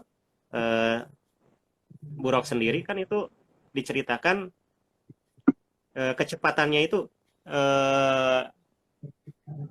kita melihat ya sejauh pandang di mana gitu kan. Jadi sejauh mata memandang itu hanya bisa ditempuh dalam sekejap mata. Itu kan kenceng banget ya, bahkan boleh jadi melebihi cahaya. Tapi Rasulullah pakai kendaraan itu nggak terjadi apa-apa gitu. Ini kan teknologi yang luar biasa dan boleh jadi melebihi teknologinya Doraemon gitu. Ini maksudnya sih.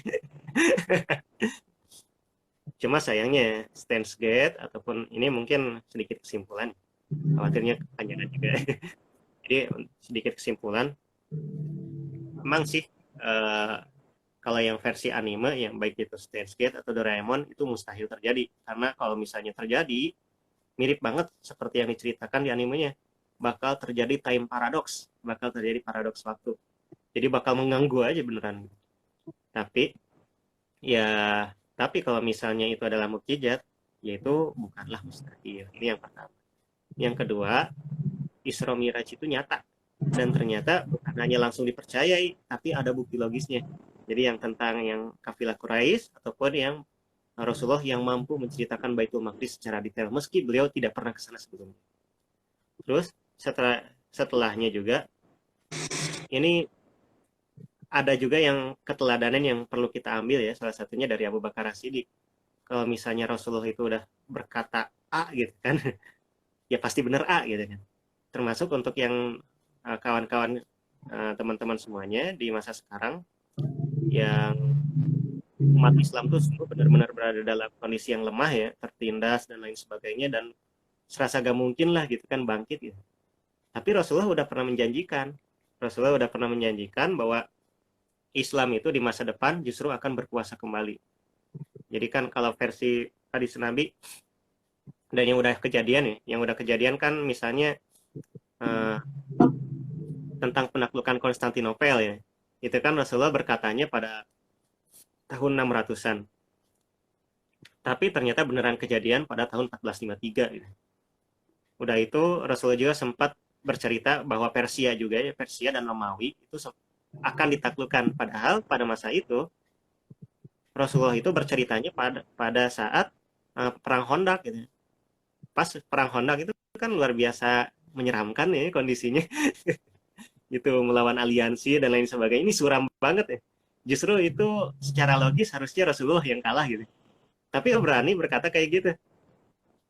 Kalian akan menaklukkan Persia, kalian akan menaklukkan Roma gitu kan. Ini aneh ya. Tapi ternyata kejadian nih. Jadi Romawi Timur saat ini yang daerah Bizantium termasuk Konstantinopelnya beneran takluk. Bahkan yang Persia itu beneran takluk bahkan pada masa sahabat Nabi. Maka bukanlah mustahil ya, mustahil ketika Rasulullah berkata, insya Allah nanti di masa depan umat Islam kembali menguasai dunia, bahkan sampai kalau versi hadisnya Rasul itu diperlihatkan timur dan barat dan seluruhnya itu akan terkena cahaya Islam. Ada sebenarnya hadis versi detailnya gitu, tapi saya kurang ingat. Tapi intinya beliau menceritakan kalau Islam itu nanti di masa depan kekuasaannya itu seluruh dunia gitu. Dari timur sampai barat semuanya itu Islam. Dalam artian negaranya mungkin ya, kekuasaannya itu bakal menjadi Islam. Dan kalau ketika Rasulullah itu yang berkata, maka itu pasti terjadi. Dan ada dua juga ya, ada dua janji dari Rasulullah yang sering kita dengar. Pertama, bukan hanya Konstantinopel yang Rasulullah janjikan, tapi Romawi. Nah, Romawi ini kan belum terjadi, tapi insya Allah pasti akan terjadi. Terus yang kedua, Rasulullah juga sempat bercerita tentang fase-fase zaman Nabi Muhammad, fase-fase zaman umat Nabi Muhammad. Pertama itu kenabian ketika Rasulullah itu masih ada. Kedua khilafah Rasyidah alamin haji nubuah, yaitu pada masa sahabat ya, Abu Bakar, Umar, Utsman, Ali, dan ini kejadian juga. Yang ketiga masa mulkan adon, yaitu pemerintahan yang menggigit. Jadi masih menggunakan aturan Allah, hanya saja tidak seperti para khulafaur rasyidin. Jadi ketika pada masa Umayyah, Abbasiyah, dan Utsmaniyah. Lalu Rasulullah juga mengatakan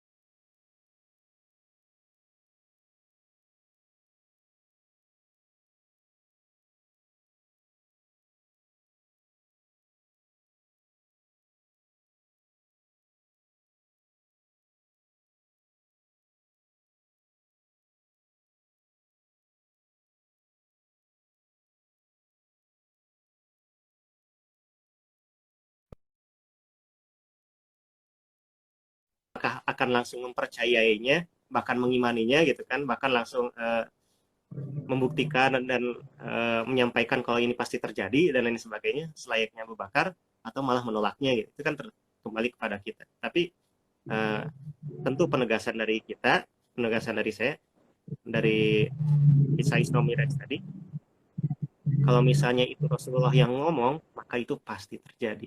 Jadi yang termasuk yang salah satunya Romawi akan takluk, Islam akan menguasai dunia, khilafah akan kembali dan lain sebagainya. Insya Allah itu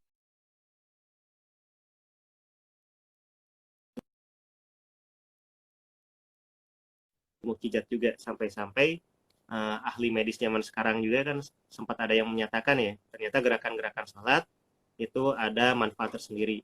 Bahkan sampai-sampai bukan hanya ahli medis, ahli pendidikan, ahli manapun gitu ya, ketika bicara soal sholat ternyata ada manfaatnya gitu ya.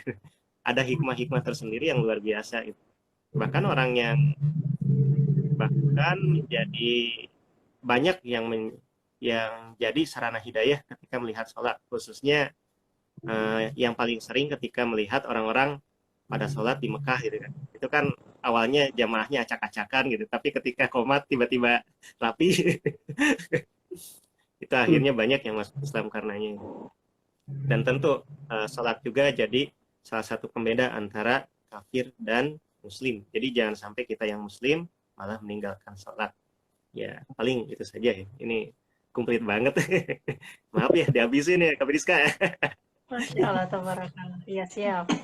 Masya Allah, tabarakallah.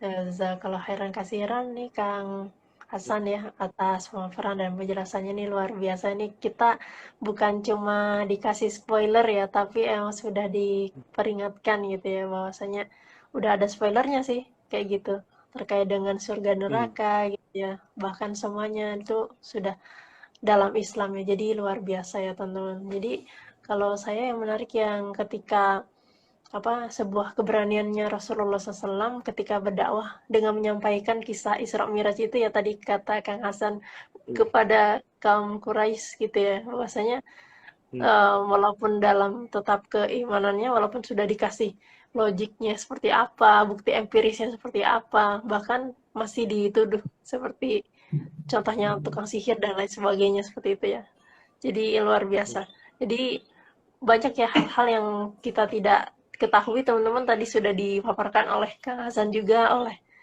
ya bahwasanya terkait dengan untold history di balik terkait dengan Isra Miraj ya terkait dengan apalagi tadi untanya ya yang itu kan belum pernah ya jadi ini istilahnya luar biasa jadi istilahnya fakta-fakta yang bisa kita imani gitu ya jadi kita semakin bertambah imannya semakin bahwasanya bersyukur telah dihadirkan fakta-fakta yang demikian untuk kita syukuri dan kita terapkan dalam kehidupan gitu ya Masya Allah. Oke, teman-teman sekalian mungkin ada yang ingin bertanya atau seperti apa nih? Masya Allah, iya. Ini keren banget nih Kak Mega Nechan ya. Masya Allah, tabarakallah. Jazakallah khair. Ini sebenarnya tadi ada yang nanya apa? Ada yang ini cuman kayaknya itu pertanyaannya sudah terjawab gitu ya. Jadi kadang ada yang nanya-nanya iseng. Oke, aku ingin membawa senjata untuk apa? Mempistol Abu Jahal. Ya Allah. Aneh-aneh. Balik ke masa lalu ya, travel. Jadi time travel ya. Jadi kisah terkait dengan Steins Gate Doraemon ini. Nah, teman-teman sekalian, sepertinya tidak ada yang bertanya. Jadi saya saja yang bertanya ya. Nah, ini apa namanya? Mungkin saya ini Kang Hasan nih, Kang Hasan atau dari Kak Adil juga terkait dengan apa namanya? Mungkin pernah di sekitarnya atau pernah ada hal-hal yang diutarakan gitu terkait dengan yang tidak sesuai dengan fakta gitu tapi ternyata ini apa terkait dengan kodar-kodar gitu itu pernah nggak kira-kira atau pernah Contohnya kayak ini gimana gimana tuh? sih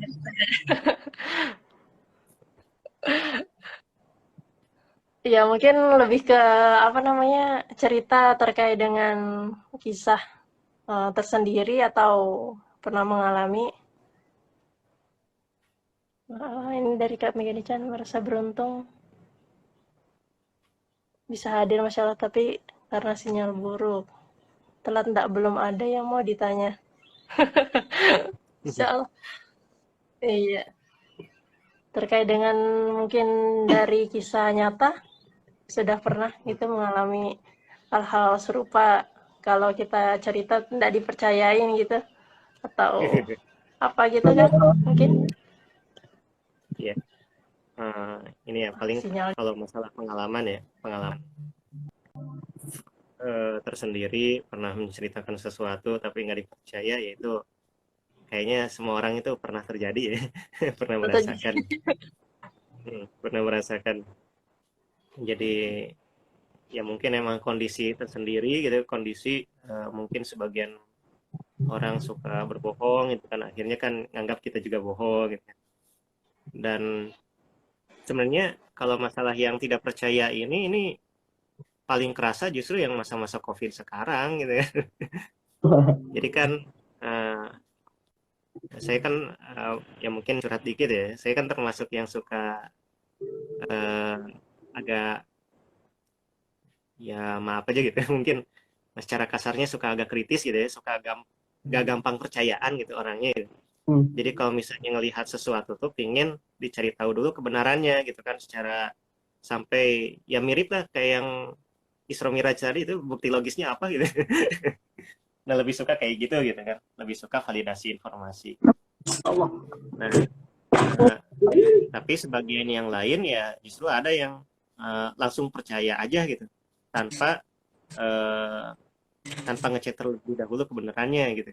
Ya kalau Rasulullah yang ngomong ya emang harus percaya gitu. Tapi ketika manusia yang ngomong ya ya perlu dicek dulu lah bener atau kagaknya. Nah kalau yang di masa COVID sekarang, ya berhubung saya termasuk yang suka ngecek-ngecek juga ya.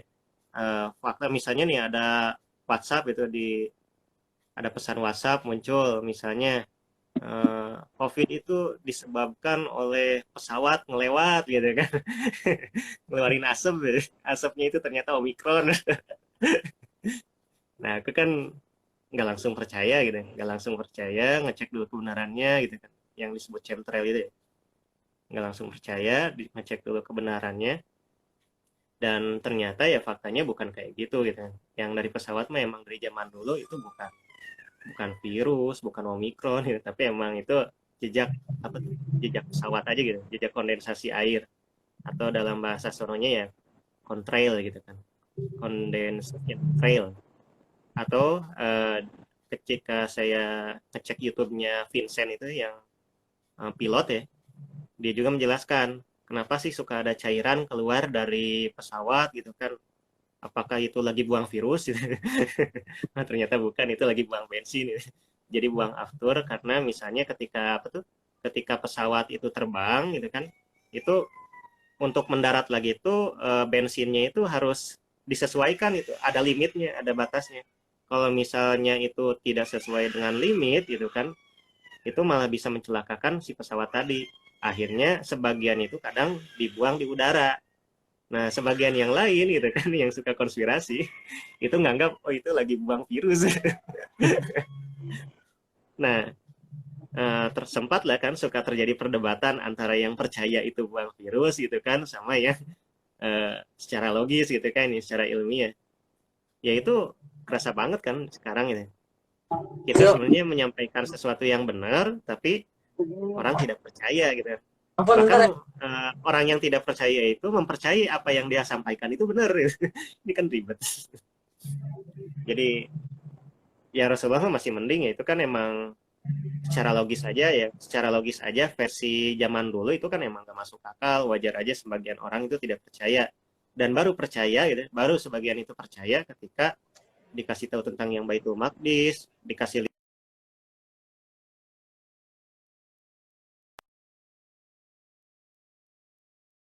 Tapi ini kan beda lagi gitu ya di masa sekarang. Ini udah ada zamannya teknologi gitu kan, bisa dicek juga gitu, sampai-sampai untuk ngecek bener atau kagak itu ya, hoax atau enggak itu tinggal buka Google juga beres, tapi masih ada aja yang kayak gitu. Jadi itu mungkin ya salah satunya, salah satu pengalamannya. Bahkan terjadi ya sehari-hari sampai sekarang loh. Masya Allah, tabarakallah. Hmm. Jazakallah khairan kasiran Kang apa sharingnya. Ini ada pertanyaan dari Kak Megane Chan mungkin karena yang standby masih Kang Hasan ya. Sekarang tanya dulu nih. Hmm. Gimana caranya katanya tobat dari bid'ah Kang? Masya Allah. Pertanyaannya di Tobat luar dari konteks bid'ah. tapi enggak apa-apa. Hmm. Ya, kalau masalah yang itu bid'ah-bid'ahan. Oh Jadi dia, kalau yang masalah emang itu yang terbukti beneran bid'ah mah ya emang baiknya ditinggalkan aja. Tapi kalau misalnya itu masih khilafiyah, itu segimana ulama yang dipegang ya. Kadang kan ada sebagian yang mungkin mazhabnya itu Hambali gitu kan, yang ngikut apa yang di Mekah itu membid'ahkan beberapa hal yang ada di mazhab lain kayak gitu. Nah, kalau itu misalnya perkara khilafiyah gitu kan, ya itu mah sebenarnya tergantung ini ya, tergantung pendapat yang diambil. Tapi kalau misalnya bid'ah beneran, ya tentu harus ditinggalkan. Karena emang seperti yang sering disampaikan di ceramah awal-awal ya, tapi di yang ini ya, pengajian mazhab Hambali, ya bid'ah itu sesat gitu kan. Dan yang sesat itu pasti ke neraka ya. Dan baiknya ditinggalkan. Jadi ya udah itu memang gak ada toleransi lagi kan. Kalau misalnya itu emang sesuatu yang bid'ah beneran, contoh yang bid'ah itu ini ya, yang sebenarnya tidak ada ajarannya sama sekali dari Rasulullah, tapi malah dianggap wajib gitu kan, malah dianggap sesuatu yang bagian dari ibadah dan wajib gitu ya mas ini. Kalau misalnya hanya sekedar perayaan ritual ya, bukan perayaan ritual ya, perayaan-perayaan tersendiri atau misalnya mengingat sesuatu ya, mengingat suatu peristiwa itu kan sebenarnya bukan bid'ah ya. Apalagi kalau itu mas sekedar mengingat ya, sekedar mengingat dan bukan jadi ibadah gitu. Beda kalau misalnya yang mengingat tadi dianggap sebagai ibadah tersendiri seperti yang Syiah lakukan. Itu kan beneran bid'ah gitu. Misalnya yang apa tuh memperingati kematian Hasan Hussein ya. Memperingati kematian saya. Itu kan tidak ada ajarannya dalam Islam. Ya. Itu bid'ah dan memang perlu ditinggalkan. Tapi kalau masalah itu masih dalam hal hilafiyah gitu kan, itu mah nggak termasuk masalah bid'ah. Tapi untuk tobat dari bid'ah ya udah tinggalkan aja. Mau gimana lagi? Adapun untuk cara meninggalkannya bagaimana ya ya silakanlah sesuaikan ya. Seenggaknya dari niat juga udah bagus. Seenggaknya dari kita ya lanjut ibadah gitu kan, sholat, belajar gitu kan, kajian hingga akhirnya kita emang benar-benar semakin yakin terhadap Islam. Bahkan bukan hanya yang bid'ah ya, yang 100% sesat aja kadang kan ada yang susah meninggalkan ya. Contohnya kalau misalnya ada sebagian orang yang mungkin masih mabok-mabokan gitu kan, masih suka minum minuman keras, tapi dia itu udah mulai seneng baca Al-Quran gitu kan, udah mulai seneng, mulai mencoba-coba sholat gitu. Nah yang apa tuh, yang meminum minuman keras itu ya emang jelas salah gitu kan, dan harusnya ditinggalkan.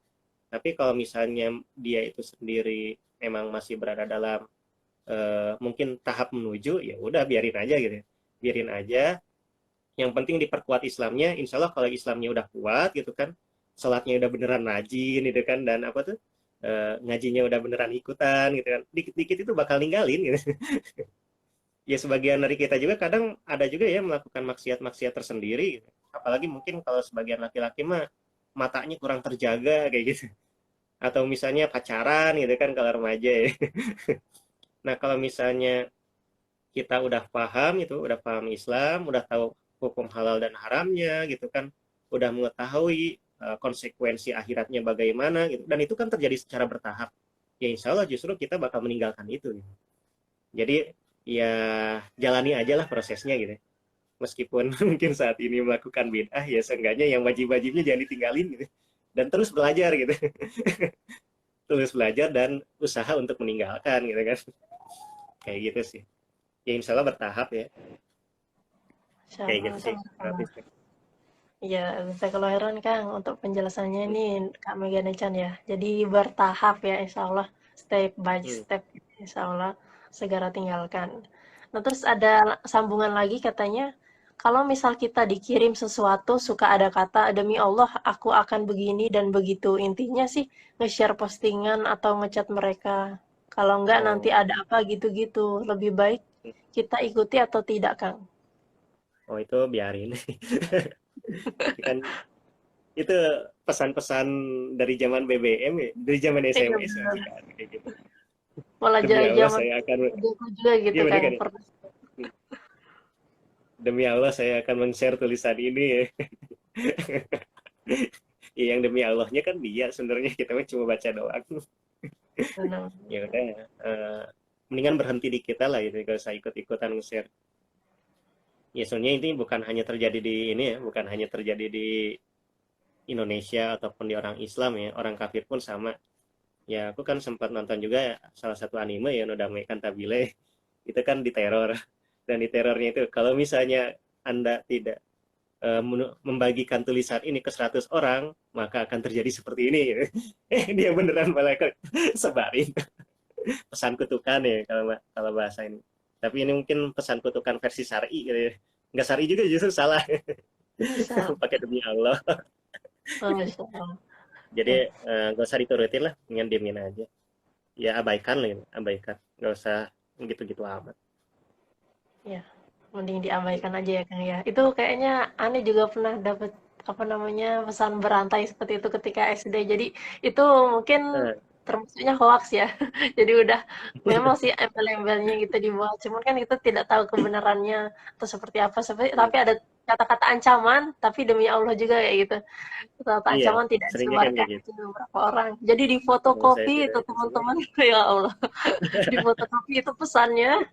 Terus Hmm. sampai jadi kayak surat itu kayak undangan tuh di iniin dilipet-lipetin rajin banget teman-teman tuh dibagi-bagi sama mereka sampai segitunya. Jadi Hmm. tuh ya gitu ya Kak Mega nih Chan diabaikan saja Kak Mega.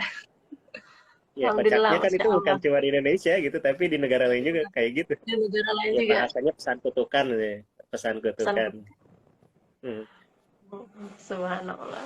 Ya, jadi Ya, emang ada ya di sekitar kita hal-hal yang demikian gitu. Jadi bukan hanya hal yang tidak kita sulit percaya, tapi memang kadang ada fakta dan hal-hal yang harus kita perhatikan ya. Wah ini Kak Aladil dari tadi sepertinya terganggu koneksi ini jadi belum sempat ini.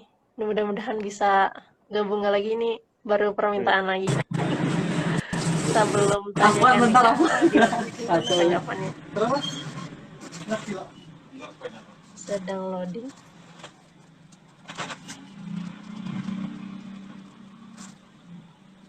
Alhamdulillah, Masya Allah. Jadi luar biasa ya teman-teman sekalian. Sembari menunggu Kak Adil. Jadi memang Isra Miraj ini adalah sebuah kalau bisa dikatakan hiburan ya Kang ya dari tahun duka citanya Rasulullah gitu ya. Jadi banyak hal-hal yang mungkin tidak bisa kita apa nalar kalau sebagai manusia dan saya juga sampai sekarang masih gitu ya, masih meraba-raba gitu terkait dengan Isra Miraj ini luar biasa sekali gitu. Terkait Iya, dengan hal-hal lain juga seperti kisah mukjizat ya Nabi Sulaiman ketika memindahkan singgasananya Ratu Balkis. Nah, itu juga kan hal-hal yang seperti time travel ya. Jadi tiba-tiba iya di muncul lautan gitu. malam. Jadi ya, jadi hal-hal yang demikian tuh kadang kita masih belum bisa cuman ya karena istilahnya kita itu adalah seorang hamba dan istilahnya kita mencoba untuk menalar itu semua gitu ya. Jadi itulah kenapa banyak ustadz-ustadz terutama ustadz-ustadz saintis ya yang Hmm. sudah banyak memaparkan terkait dengan itu tadi logikanya seperti apa, Iya, kaitannya dengan iya Islam betul. seperti apa. Jadi memudahkan kita untuk menalarkan logik-logik tadi itu untuk lebih masuk ke akal kita gitu dari aklinya ya Masya Allah.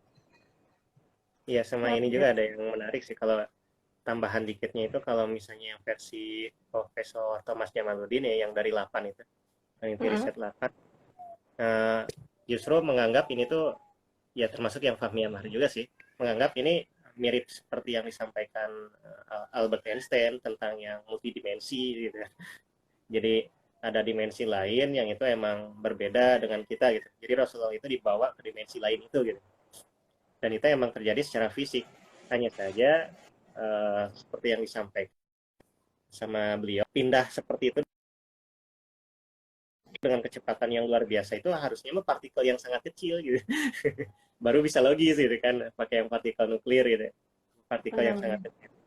Tapi karena ini mukjizat, ya meskipun itu segede manusia, ternyata bisa ya, dengan kecepatan yang luar biasa itu yang sampai membuat pindah dimensi gitu. Luar biasanya di situ. Dan memang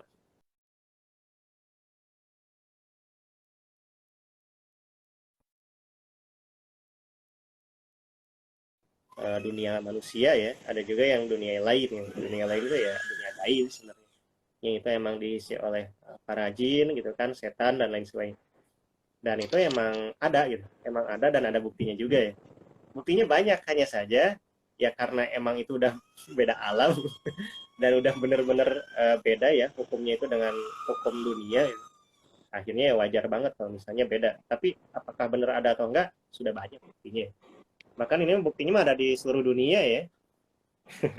Buktinya ada di seluruh dunia gitu kan. Semua juga menyadari sampai-sampai kan tentang setan itu kisahnya bukan hanya di Indonesia, ya. Pocong-pocongan lah gitu kan. Bahkan di barat misalnya pocongnya versi Dracula gitu rada ganteng gitu. Atau di Jepang itu yang serem-serem, hantu Thailand apalagi ya. Atau yang di Cina itu yang loncat-loncat. Jadi setiap zaman itu tahu banget kalau misalnya alam gaib itu beneran ada. Hanya saja ketika itu dibenturkan ya, dibenturkan dengan hukum dunia itu dengan alam apa tuh dengan alamiah dengan sains ya emang nggak ketemu karena emang beda alam. Nah boleh jadi Rasulullah juga itu emang dipindahin juga secara dimensi gitu. Bukan lagi hukum manusia yang berlaku tapi hukum malaikat. Soalnya kan kalau misalnya hukum malaikat itu ada penjelasannya ya dalam Al-Quran. Kalau uh, kecepatan travelnya malaikat itu uh, satu harinya manusia itu 50.000 tahunnya kebalik ya.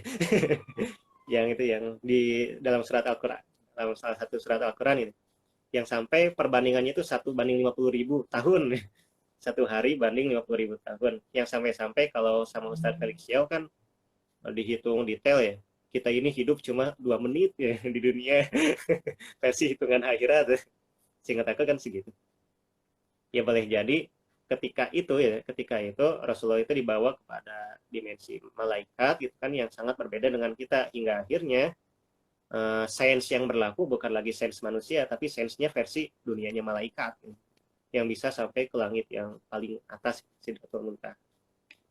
Ya, ini juga yang apa tuh yang disinggung sama Profesor Thomas Jamaluddin ya. Insya Allah kalau teman-teman ingin ngecek tulisannya itu ada sama banget dengan judul kajian kita ya, perjalanan dimensi waktu. Tulis saja perjalanan dimensi waktu gitu kan, terus tulis juga nama Profesor Thomas Jamaluddin dan di situ ada penjelasannya. Kayak gitu ya, Kak Priska. Insyaallah tabarakallah jazakallah khairan katsiran nih Kang.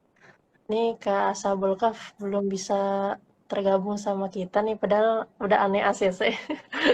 Masya Allah, ini mungkin terkait dengan kondisi koneksi di tempat aneh juga mungkin ya. Jadi kondisinya kurang stabil. Jadi tidak bisa ini. Padahal udah di XCC. Kumaha tuh ya teh. Masya Allah. Ya bisa lah ini coba kembali ya Kak Ashabul Kahf. Mudah-mudahan bisa. Sudah saya undang. Kita belum mendengarkan tanggapan dari Kak Al Adil nih teman-teman sekalian. Masya Allah.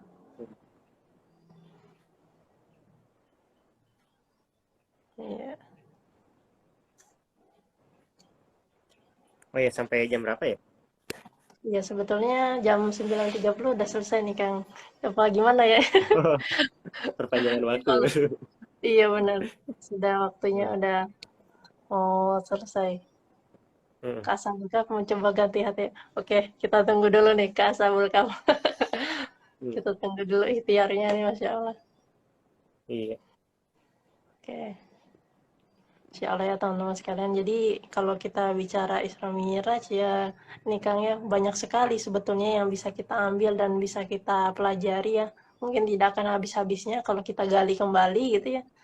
Terutama hal-hal yang di luar nalar manusia yang luar biasa yang bisa kita semakin meningkatkan iman jika kita mau apa oh oke Kak Menjadi penasaran sama kata-kata Kak Adil. Iya, saya juga penasaran nih. Oke, kita tunggu ya. Jadi Hmm. ya itu ya.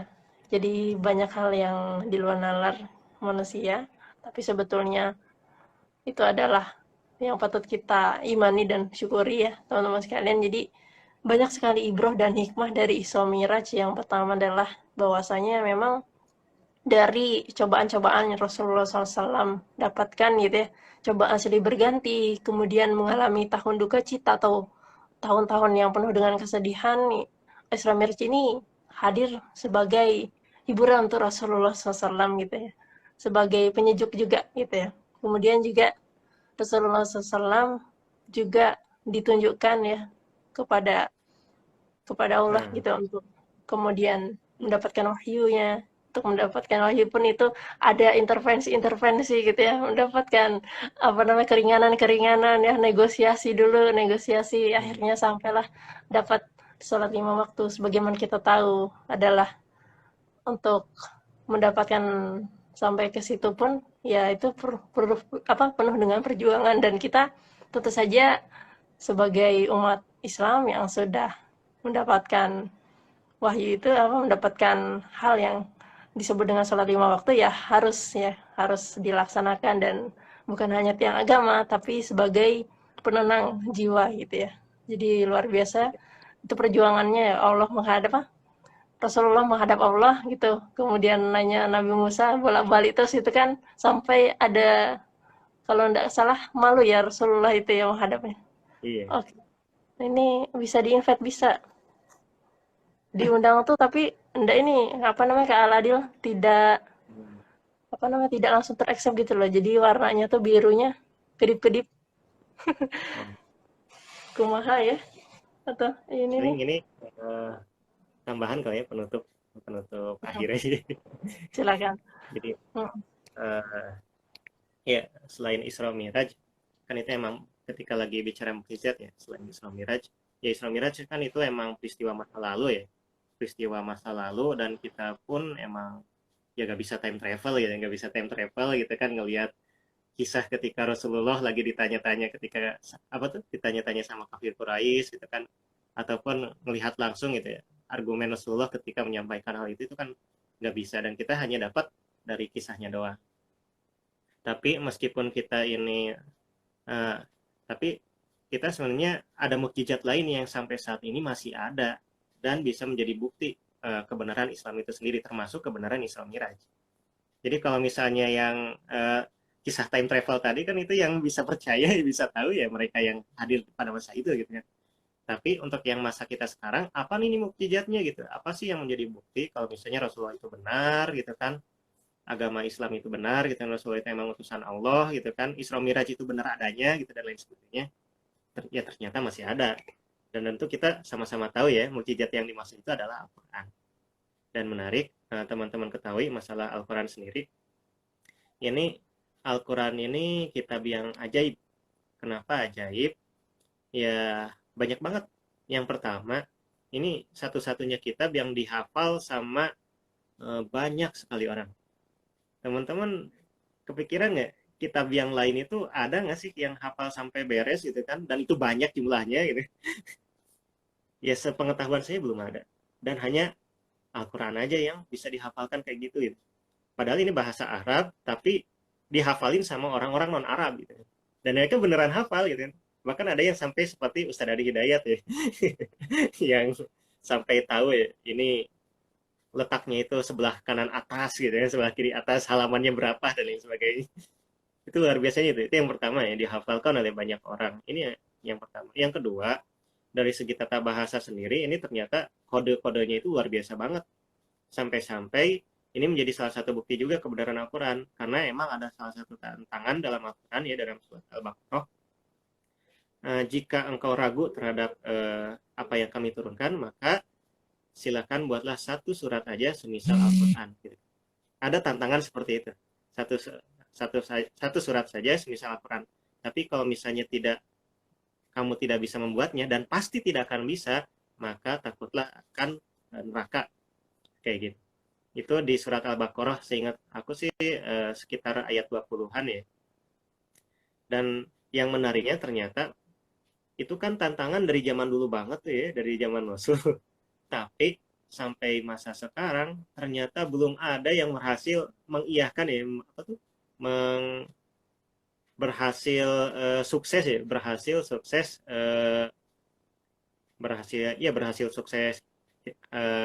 jawab tantangan itu gitu. Bahkan tidak ada satupun sama sekali. Pernah zaman dulu ketika ketika syair itu lagi hot-hotnya ini, Musailamah Al-Kadzab pernah bikin. Tapi ternyata bikinannya dia itu emang sih ada yang langsung percaya, wah bener nih, kayaknya sekualitas ya. Akhirnya jadi pengikut Musailamah. Tapi orang-orang yang paham gitu ya, orang-orang yang paham syair, orang yang paham-paham sihir, itu berkata, ya ini mah yang disampaikan Musailamah Al-Kadzab mah syair biasa gitu. Dan emang kesana-kesananya, ya emang terbukti yang disampaikan Musailamah Al-Kadzab emang sih mirip sama Al-Quran ya. Bener-bener sesuai gitu dengan tantangannya ya. Misalnya surat Al-Fil gitu kan, nah Musailamah juga bikin. Dan apa tuh ujung-ujungnya juga sama kayak puisi gitu. Puisi kan ada yang ujungnya i semua gitu. Termasuk dia juga sama kayak gitu dibuat. Tapi ada perbedaan dari segi maknanya. Bener sih tata bahasanya bagus, bener sih emang sesuai gitu kan, mirip dengan Al-Quran. Tapi dari segi artinya, loh kok ini cuma deskripsi gitu. Kalau yang surat Al-Fil kan ini jadi kisah historis menceritakan dan ada hikmahnya. Tapi yang disampaikan Musailamah Al-Kadzab malah deskripsi gitu. Gajah itu yang belalainya panjang gitu dan sebagainya. Bahkan ada juga surat tentang katak gitu. Dan deskripsi lagi-lagi gitu. Dalam artian ya, bahkan orang-orang yang mungkin bisa dikatakan ahli syair pada masa itu gitu, ya tidak mampu membuat semisal Al-Quran. Termasuk sampai hari ini teman-teman silahkan searching Google gitu kan, cari orang yang berhasil jawab tantangan Al-Quran. Ada sempat orang Palestina gitu kan, yang mencoba bikin itu, tapi ternyata amburadul gitu. Langsung disampaikan, ini bukan bahasa Al-Quran kayak gini, bahkan ini tata letaknya salah, ini dari segi makna juga aneh gitu kan, bahkan ini tidak konsisten dan banyak sekali kritiknya. Ada yang sempat ada yang bikin gitu kan, tapi ternyata gagal gitu. Teman-teman silahkan cek Google, sampai sekarang belum ada yang berhasil jawab tantangan Al-Quran terkait hal tersebut. Ini yang bikin keren Al-Quran gitu. Ini yang bikin keren Al-Quran. Dan bukan hanya itu, dari zaman Rasulullah sendiri pernah ada ahli syair yang tahu ahli sihir dan lain sebagainya. Dan ini saya dapat namanya, namanya itu Walid bin Mughirah. Jadi ketika itu kan disuruh sama kafir Quraisy gitu kan di Darun Nadwah, tolong dong buat Nabi Muhammad ini berhenti berdakwah. Cobalah disuruh ini apa tuh ditawarin ini itu gitu. Pas ditawarin ini itu gitu kan, Rasulullah bukan ngejawab gitu, bukan ngejawab si Walid bin Mughirah, tapi malah ngejawabnya itu pakai pakai Al-Qur'an. Pakai Al-Qur'an surat An-Najm ya kalau di sini. Seingat aku sih An-Najm ya. Dan ketika disampaikan surat tersebut sampai-sampai Walid bin Mughirah sendiri itu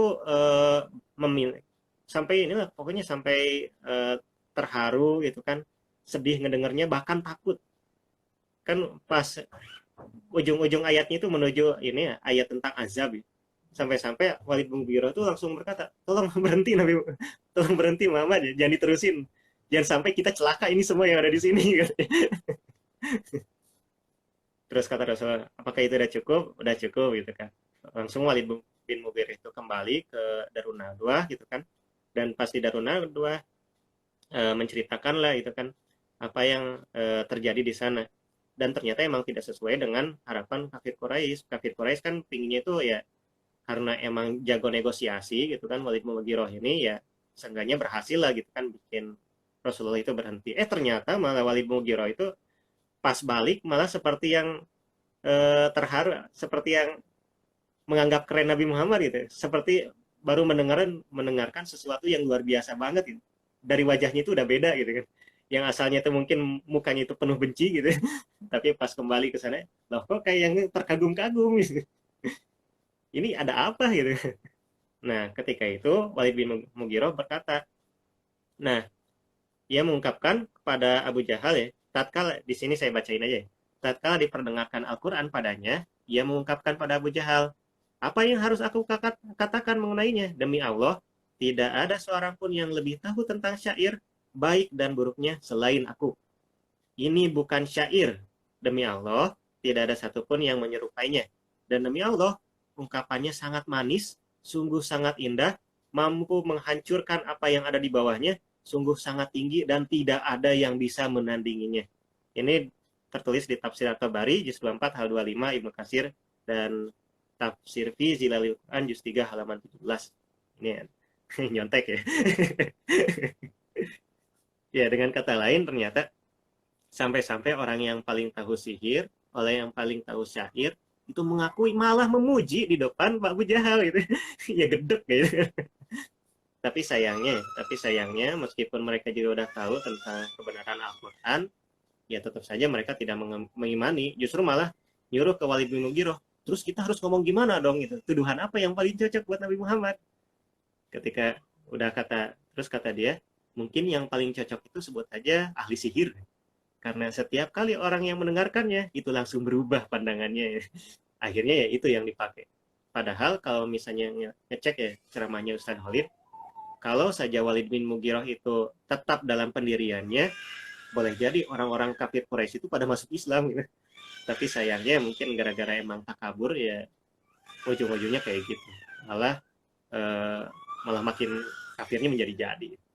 Tapi ini jadi bukti tersendiri ya, baik itu dari yang di masa lalu itu mengakui, bahkan kafir Quraisy yang paling benci Islam saja mengakui kalau Al-Quran itu emang bukan buatan Nabi Muhammad gitu. Bukan syair, bukan sihir, dan emang benar-benar sesuatu yang di luar nalar pada masa itu ya. Ini emang gak kepikiran sama sekali gitu kan ada kata-kata yang seindah ini. Dan ternyata ketika masuk ke masa depan, masuk ke masa sekarang, tantangan dari Al-Quran aja sampai saat ini belum ada yang bisa menjawabnya gitu. Ini salah satu bukti juga bahwa apa yang disampaikan oleh Rasulullah itu pasti bukan buatan beliau, pasti bukan buatan orang Arab, dan pasti ini berasal dari Allah. Karena emang terbukti kayak gitu. Ini emang udah gak masuk akal lah. Mirip seperti yang peristiwa Isra Miraj tadi. Udah di luar hukum alamnya manusia. Nah ini tambahannya ya. Ya semoga semakin yakin ya kita dengan kebenaran Islam. Termasuk cara kita mengimani Rasulullah dan kebenaran Islam. Salah satu caranya yaitu mengenai mukjizat yang ada saat ini yaitu Al-Quran. Ya, dan masih banyak ya kalau yang mukjizat Al-Quran, entah itu dari segi sains, matematika, dan lain sebagainya. Tapi salah satu yang paling pamungkas kan yang ini. Yang meskipun tantangannya udah sampai 1400 tahun, tapi sampai sekarang tidak ada yang mampu menjawabnya. Ya gitu aja, Kapris. Udah malam. Ya, Allah tabarakallah ya luar biasa teman-teman sekalian pembahasan kita malam hari ini sebetulnya ndak ada habis-habisnya nih kalau kita bakal kulik-kulik kembali ini terkait dengan mukjizat Al-Quran ya terutama ya. Masya Allah tabarakallah. Jadi terutama mukjizat Al-Quran ini ya itu tadi semoga kita salah satunya adalah orang yang bisa mengamalkan Al-Quran ya paling tidak kita membacanya ya jangan tinggalkan sampai eh, ayat pun harus kita baca ya istilahnya minimal paling tidak beberapa ayat. Walaupun kalau tidak bisa ya dilihat tidak aja Al-Qurannya kenapa nggak bisa saya baca ya Mas Allah. Itu kalau kata Ustaz-Ustaz kan Masya Allah tabarakallah teman-teman sekalian ini tadi terkait dengan Steins Gate Doraemon dan Isra Miraj ini jazakallahu khairan kasiran ya Kang Hasan sudah bisa berbagi dan Kak Ashabul Kahf ya Kak Al Adil ini ada di tengah-tengah kita juga masih mantau nih tadi nggak bisa masuk aneh juga bingung nih karena kedip-kedip di undangannya ya mudah-mudahan apa namanya Insya Allah yang sudah disampaikan masih bisa dinikmati dan bisa barokah ya Insya Allah teman-teman sekalian. Jadi ini tadi pembahasan terkait dengan Isra Miraj juga udah luar biasa dipaparkan ya, mulai dari apa namanya logiknya, kemudian juga hal-hal yang bisa dikatakan error ya Kak Ashabul Kahfi ya. Afwan ya aneh juga ini, mungkin juga koneksi di sini kurang stabil ya. Jadi belum bisa ini nggak menggabungkan kembali. Jadi enggak di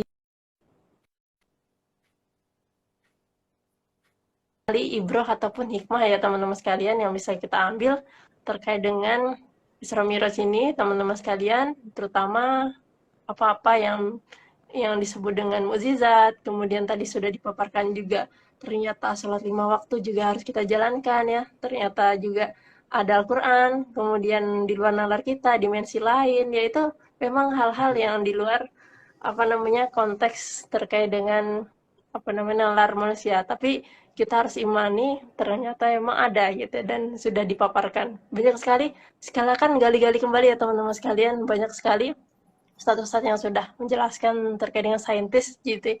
Jadi istilahnya ini bukan hal yang tabu lagi teman-teman sekalian. Ya mudah-mudahan bisa kita ambil ibroh dan manfaatnya yang bisa dipetik ya.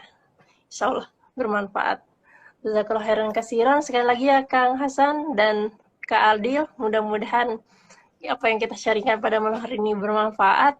Mudah-mudahan juga senantiasa diberikan kesehatan ya, kemudahan serta keberkahan hidup ya. Insya Allah sekeluarga.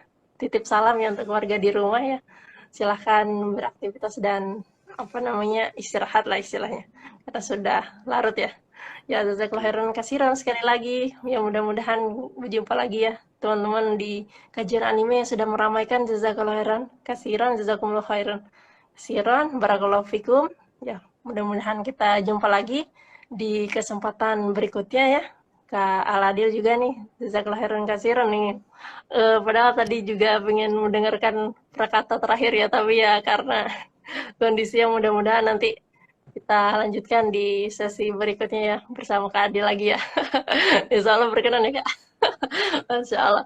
Tabarakallah. Baiklah, marilah kita tutup bersama-sama. Ayo Kak Hasan, kita tutup dengan melafazkan hamdalah.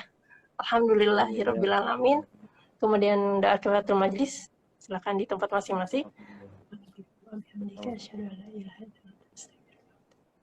Kemudian istighfar 3 kali. Alhamdulillahirabbil alamin. Marilah kita tutup dengan melafazkan hamdalah dan salam. Wassalamualaikum warahmatullahi wabarakatuh. Arigatou gozaimasu. Terima kasih Kang Hasan, Kak Adil. Selamat beristirahat, ge.